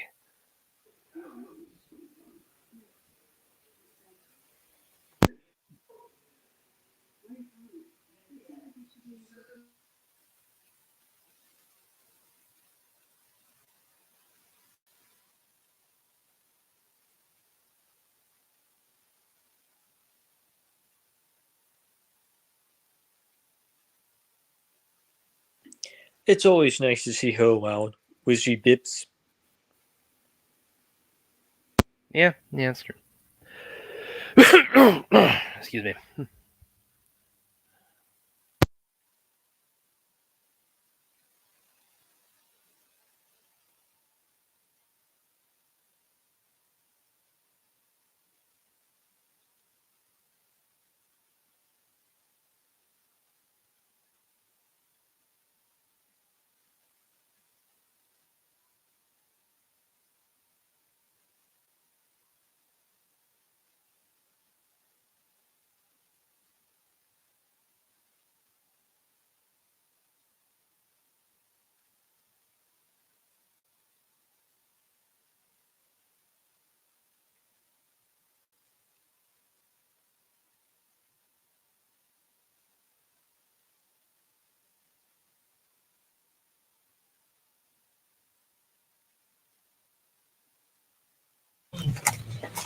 The big ball will drop tonight at midnight, but they have the ball drop here in Kansas City at 4:35 Central Time.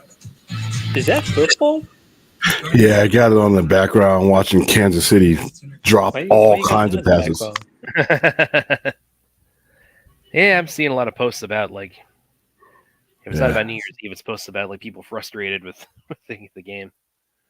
A lot of bad football today, and one of them. I'm beating my fantasy guy by 37 points, but I would have been doing better if T. Higgins hadn't gone out with an injury after only getting me like 4 points. So I'm in round one of I'm gonna go into round two, the championship game with a 40-point lead, so I should win it.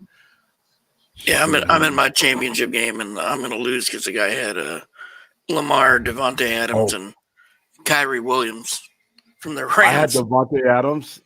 I sat Lamar Jackson, but I'm still up by 40 because I had his receiver. I had his tight end who had 2 touchdowns. And because I had to pick him up because Hulkinson went down for Minnesota. So I had to pick him up, and he ended up getting me like a crap load of points. Dak did good, but he didn't do as good. He did 16 point less, but I'm winning by 40. So I have 2 excellent quarterbacks, but they both don't show up all the time because sometimes they're blowing the hell out of their teams and then they just run the ball. So it's hard to figure out. And now next week, neither one of them are going to have. I mean, Baltimore is not going to play Lamar Jackson. They'll probably play him for a couple snaps, and that's it. They've clinched the bye, so he's not going to be any good to me. So, oh well. Yeah, I mainly play on the Yahoo League, which this week is its last week. You guys see all the bodies right here that they're cooking up. It's literally a meat train. Hi. I'll be here all day.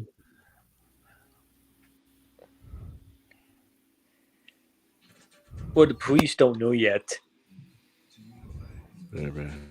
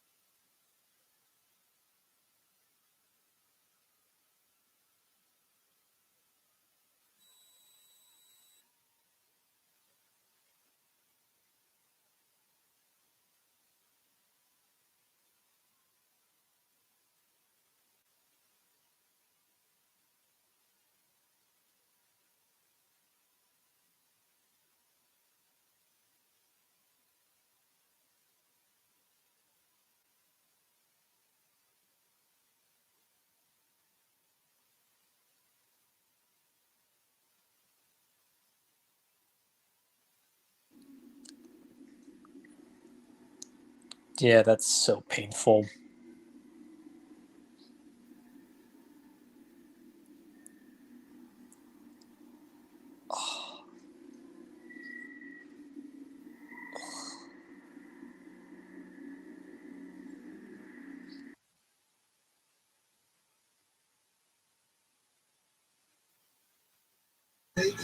Yeah, had to do something with the eyes, didn't we? Oh, come on, the eyes aren't that bad.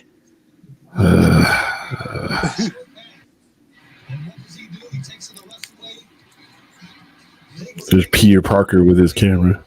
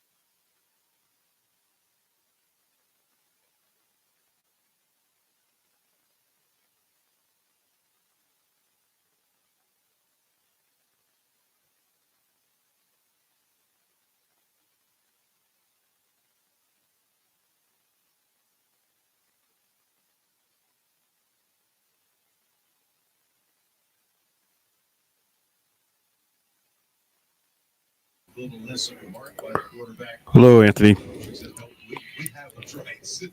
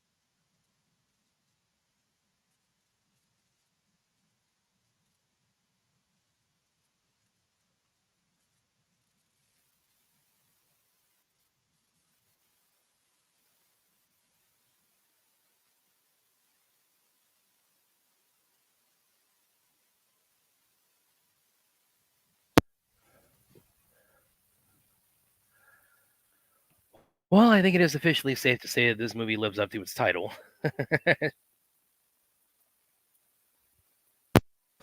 Yeah, I would say that's definitely Yep, safe it sure to did. say. Where you guys at? He just stabbed Yeah, Benny that's Jackson in the neck. And he's got a bone through his neck.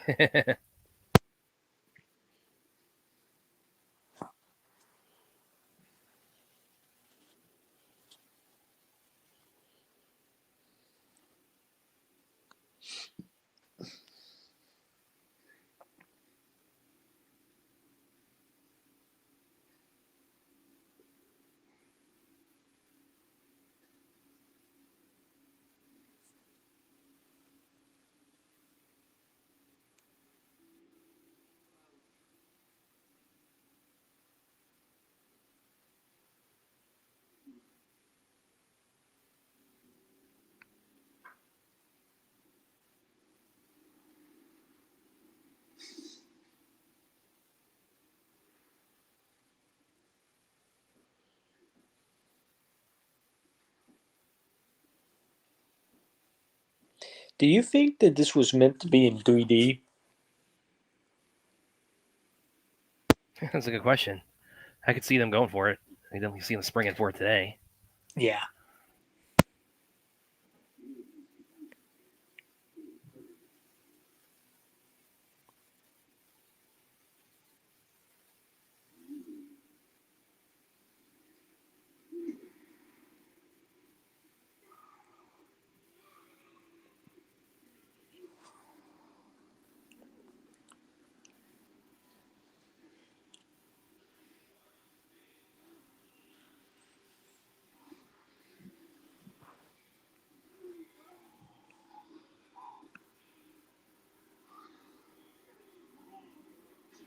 But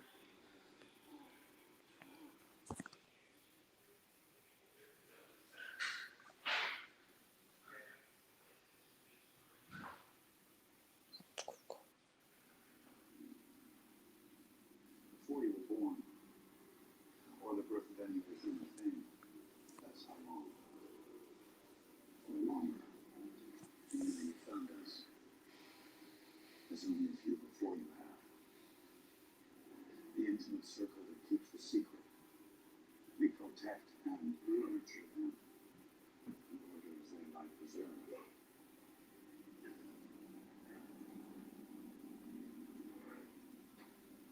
It must be done. To keep the world separate. You'll understand soon enough.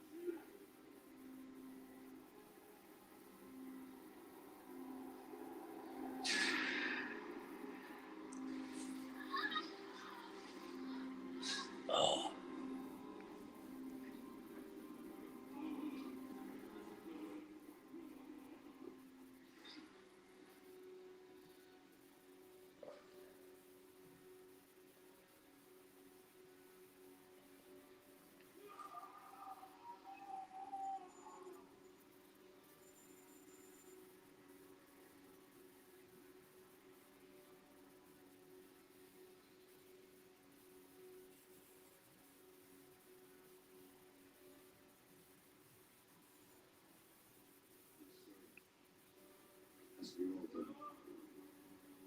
Without question.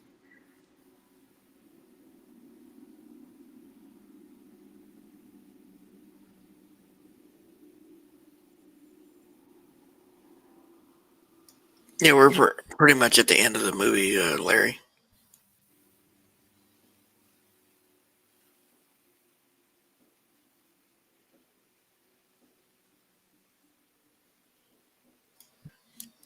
I'm kind of with the fourth on this, though.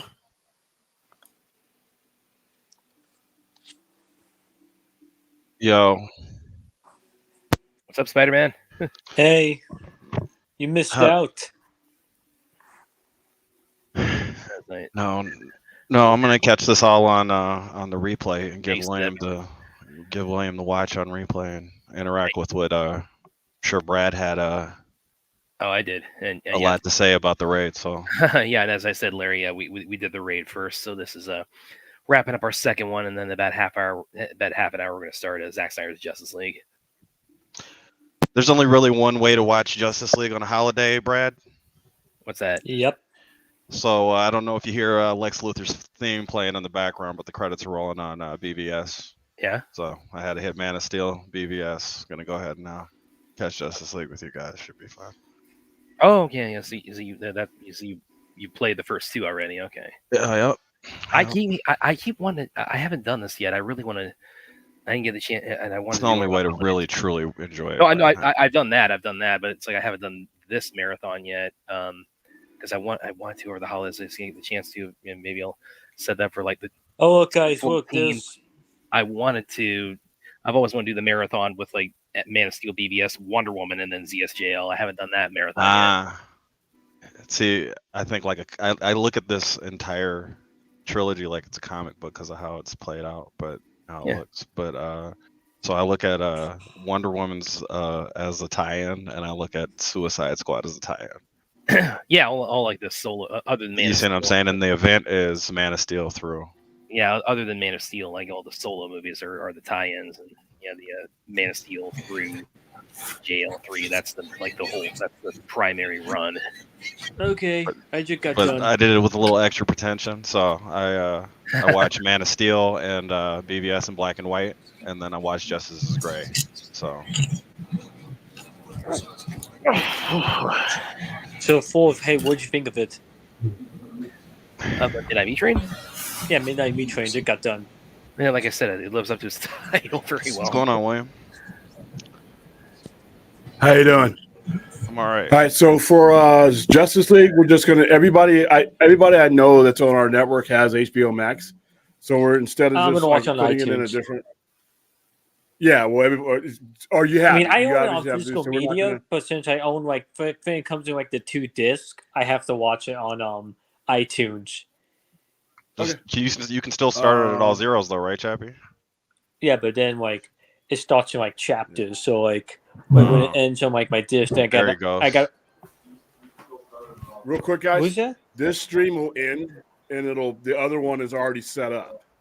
So once we wrap up this stream, then you'll tune into the other show, and I'll send you guys links to that one. All right, cool. Get it? So can I ask how everybody So this one enjoyed is- the movies without, especially What? you, William? How did you enjoy the raid? Yeah. I gotta watch most of it, particularly violent. Yeah, Okay. pretty deep. What about Midnight Meat Fast Train? moving violence. Yeah. Did What you did you think of Midnight Did you Meat enjoy Train? the level of violence, or was it too much?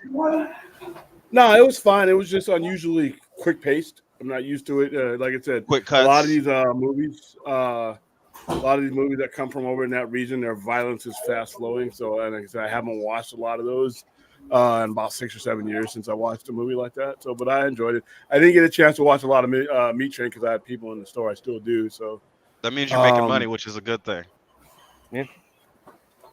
yeah. On the New Year's, like I said, we got a lot of tourists in this area right now because of where I'm at. So we're probably gonna have walk through all the way. Yo, up to, those fourth. midnight.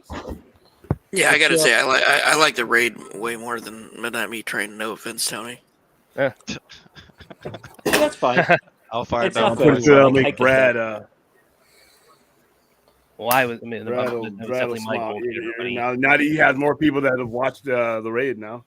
Hey, William, while it's So, fresh in my head, go ahead. You're talking. I'm sorry.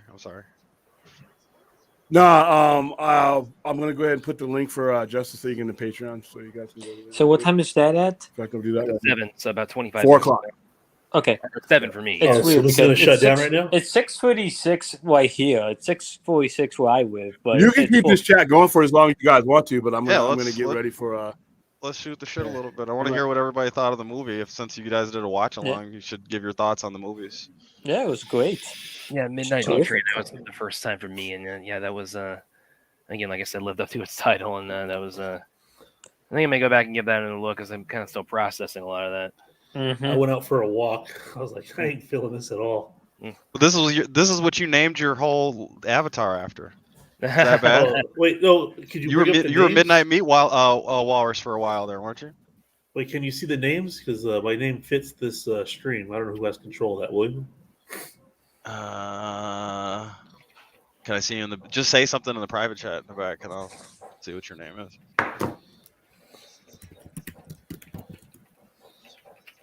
Never meet Walrus again.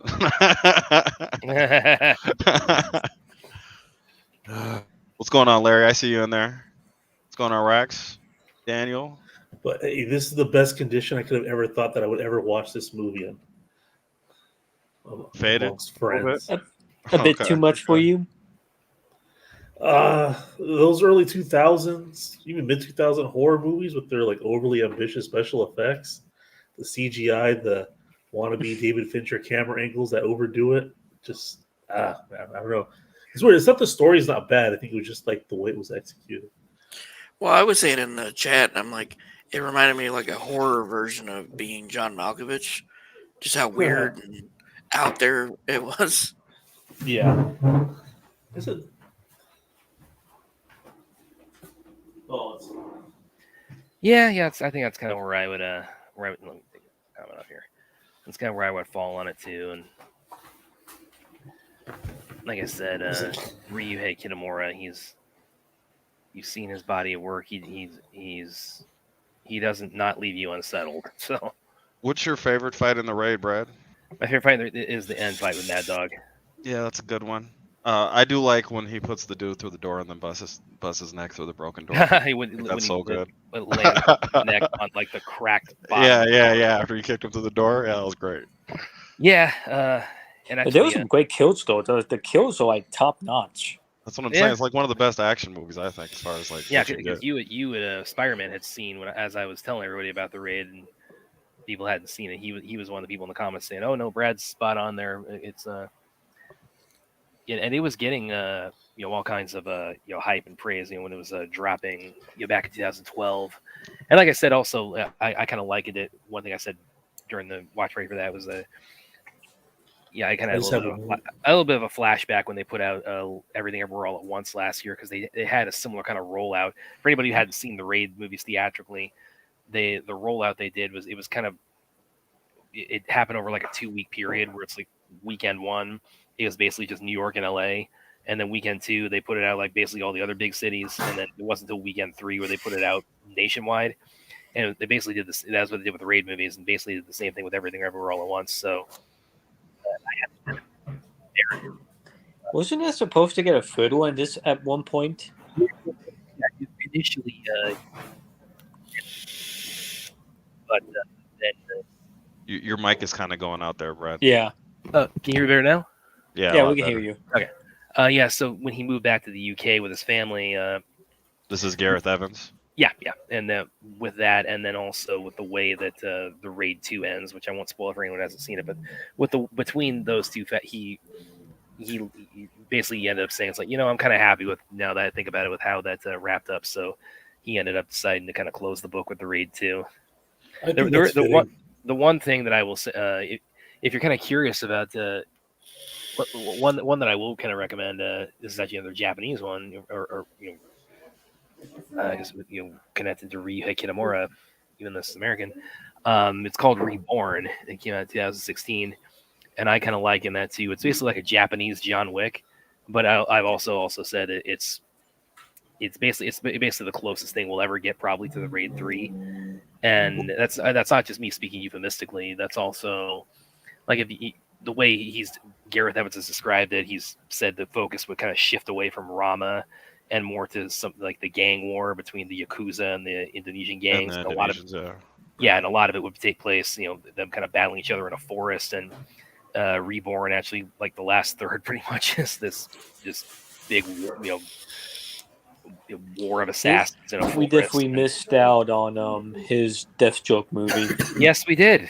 As I pointed out, it's another vexation of DC movies that fans are being left to say, why did we not get that? Because it sounds unbelievably awesome. Because they fucked it up in because they had Week. bumbling idiots running the studio. Oh no, both arms swinging. Yeah. If I had one thing about the Raid that I would probably change that I didn't like, it's just the color of the movie looks really boring. Well, I think also that purple look, the movie's purple. I think the idea is That's to mask that terrible gunshot CGI. You know. well, the idea is that they're kind of getting there. It's supposed to be like a cloudy day and kind of early Yeah. morning when they get there. So the look of it is also meant to be, I think, kind of foreboding. You know, it's not meant to be like a very hospitable environment they're going into. So what? Because Raid 2 looks great. Does watching these raid movies now for people in the chat and people on screen make you understand how much you got robbed on Force Awakens? Oh yes, I brought that up too. Force Awakens is bad for all kinds of other reasons, but the point is, you could have at least got any was amount of great in better fights. Stuba. I liked him in Stuba. Any amount of better fights would have been available because they were on the stunt team. Yeah, that Eco. They were on the stunt team for the movie. So Abrams must have said, "No, we're going to do a more traditional, dramatic lightsaber while talking fight." Which I don't hate that fight. I actually like that fight, but yeah, I do too. It could have been more. It could have exceeded potentially even an episode 3 fight with the people working on it. I think the stunts are as fine as they needed to be for that movie. The movie had other issues. Of course. Namely, being a rehash of 7 to make people comfortable because people were complaining for the last 15 years about the prequel trilogy. But like when you then once this trilogy came out, now they love the prequels. So when you sell me on we've got the raid guys in a Star Wars movie and you drop the ball on that, I'm going Brad, they were in the background, but they were on the stunt team. They weren't necessarily even supposed to be in the movie as guest stars. They were on the stunt team, and they must have been held back. Yeah. They were on.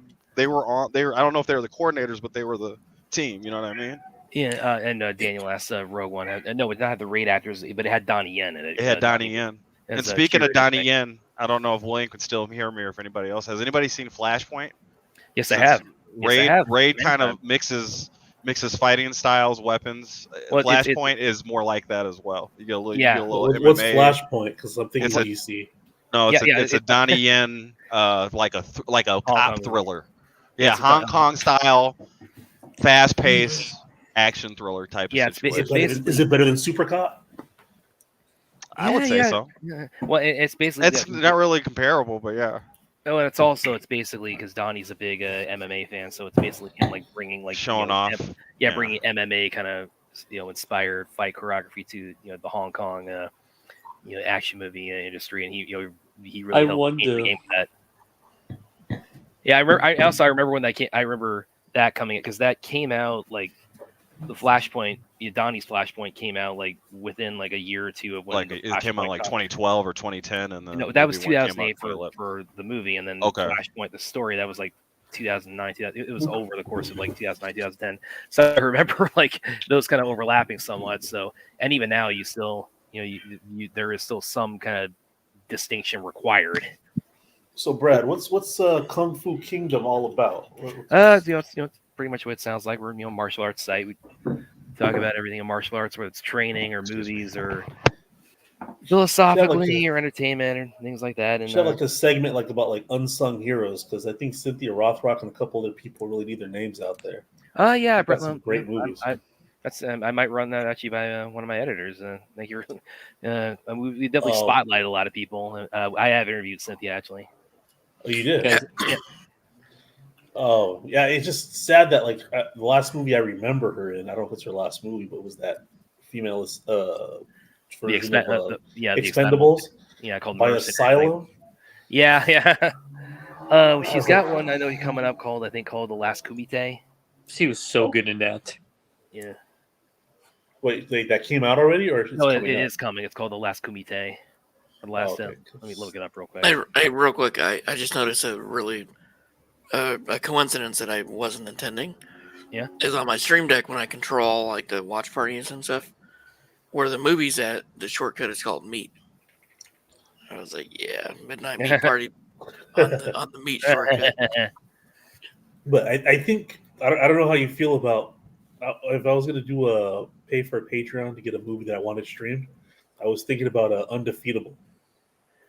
Not as a quintessential Cynthia Rothrock movie, but just as a fun B movie oddity. Oh yeah, I know what you're talking about. Yeah, where every average person in that world knows martial arts.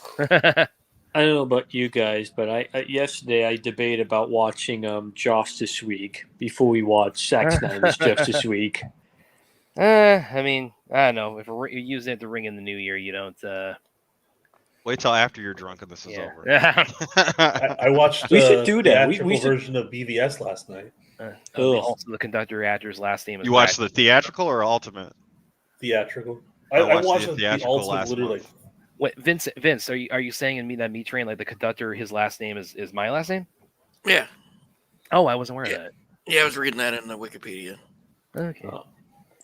Or Yeah, the- I we'll was- do one live stream on that. We will drink as we're watching Justice Week. That would be Well, a great. I remember when the ZSGL was coming out, because there a couple like Film Junkie did one. Yeah.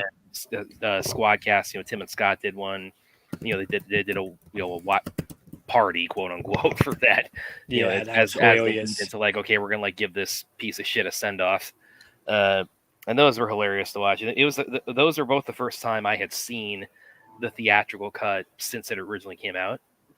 And like I remember one thing that really just jumped out at me going back at those is that like when you see like all the reshoot scenes, all the parts that are I mean, the only part that wasn't Arthur's reshoot was contacts aren't the even the right color. Yeah. Well, I was gonna say like the only part that wasn't reshoot was the rooftop scene. well, but so much of it Like that's pretty much the only scene that was jumped out at me so much is that the reshoot footage it's all so close. It looks more like a TV show. And it's shot digitally compared to Zach when he shot on film. Yeah, that's true. And I think I know why that is, because I think it was because of how much of a time crunch they were dealing with. I think, and this isn't like me sticking up for the guy in any way, but I think Joss just kind of reverted back to making Buffy, where he's okay. Like, this is the only way I'm going to get anything presentable out of this in this 6 months I got. It's like, oh, okay, I'm back on the set of Buffy. Brad, I mean, watch Avengers 1 again. Watch Avengers 1 again, and see how much like a TV show it actually looks like. No, I've had people. I have done that. Where people have said like the parts. Like, and where did Fourth go? He had to go save the world or rob a bank. One of the two. Okay. He's big time. Well, also like let's be honest. Look, I'm not defending Joss Whedon at all. He's a dick. But let's be honest. That guy was just hired to do a job. I mean, they just hired him because he did the first 2 Avengers movies and they had $1 billion, and they wanted that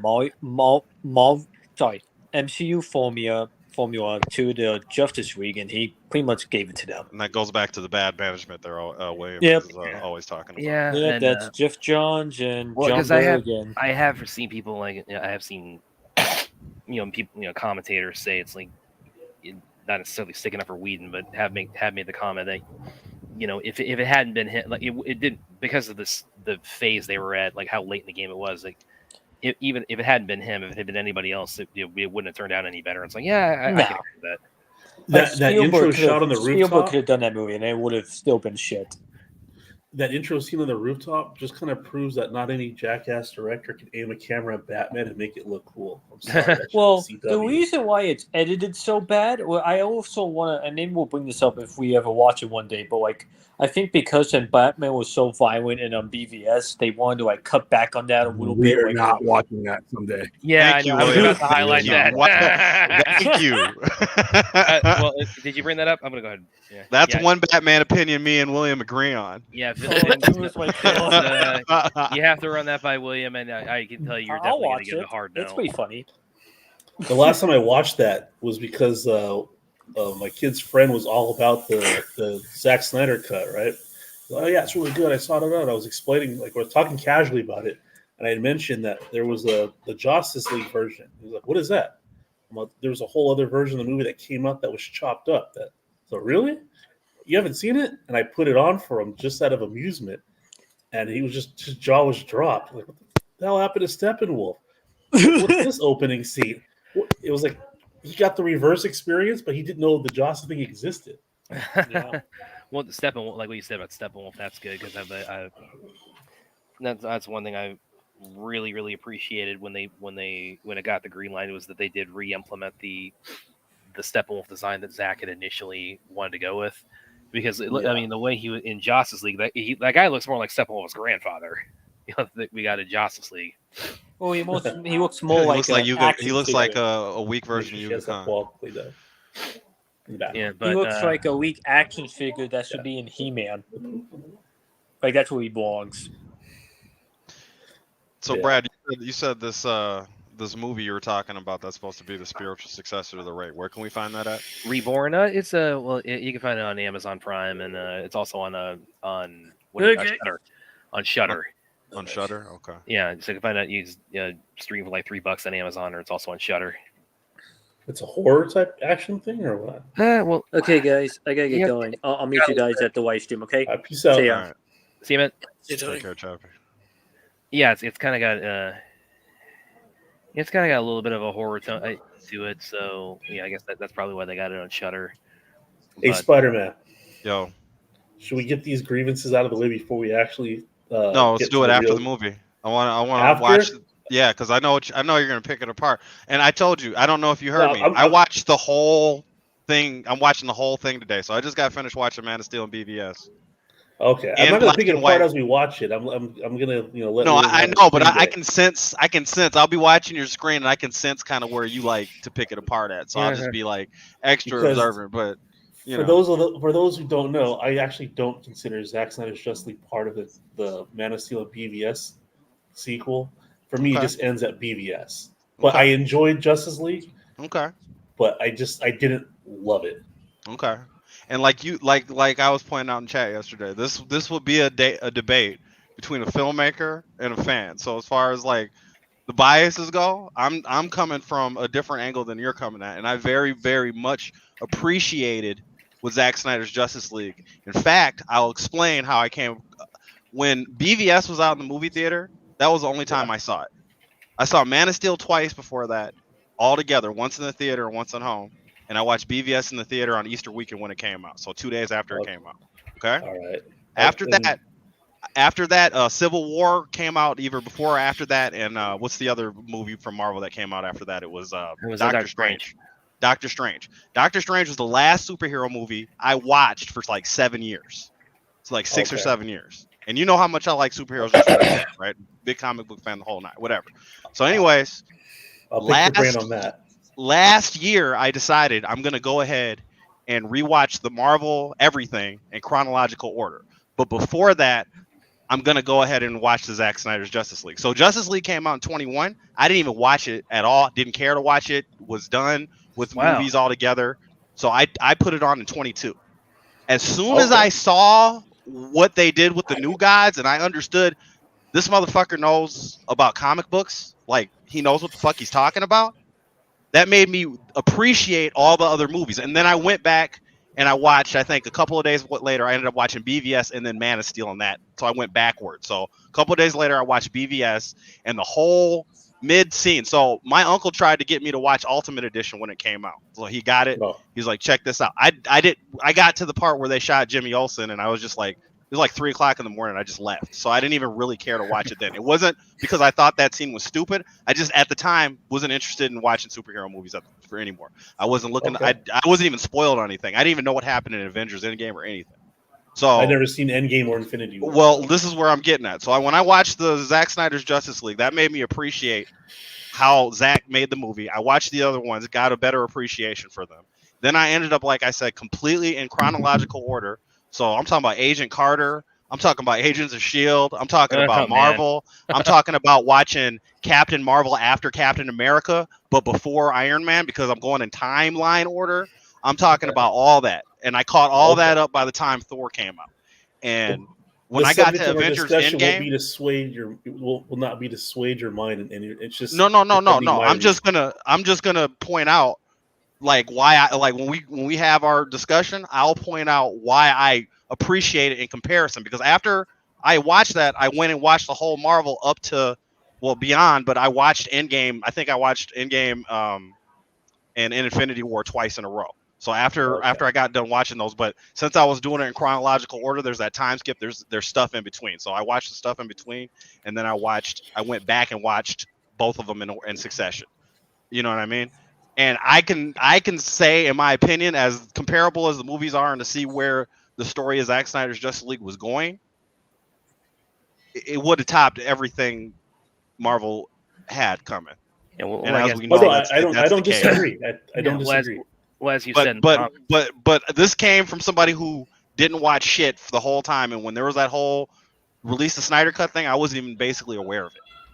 Oh, yeah, okay. because it sounds like you were basally just kind of. All right, guys, we're about to tuned wrap out. this one up so that we can So- move into the other room. All Okay. right, to be continued. All right, we'll talk to you guys Where's the later. link at? All right, guys. I'll just find. The link is in the Patreon right now, so go ahead and head over there. And thank you guys for who came to this double feature, especially the first timers who hadn't seen these movies before. Thanks for spending the first Right, part of some your of you New guys Year's can Day with raid us, and my hopefully the majority of you, if all of you can make it over to our next stream, which is about to start in 3 minutes. The link to that stream, the YouTube link, is in the chat, so you can just go ahead and click on there and head over there, and we'll see you then. Bye-bye. See you in a couple All minutes, right. guys.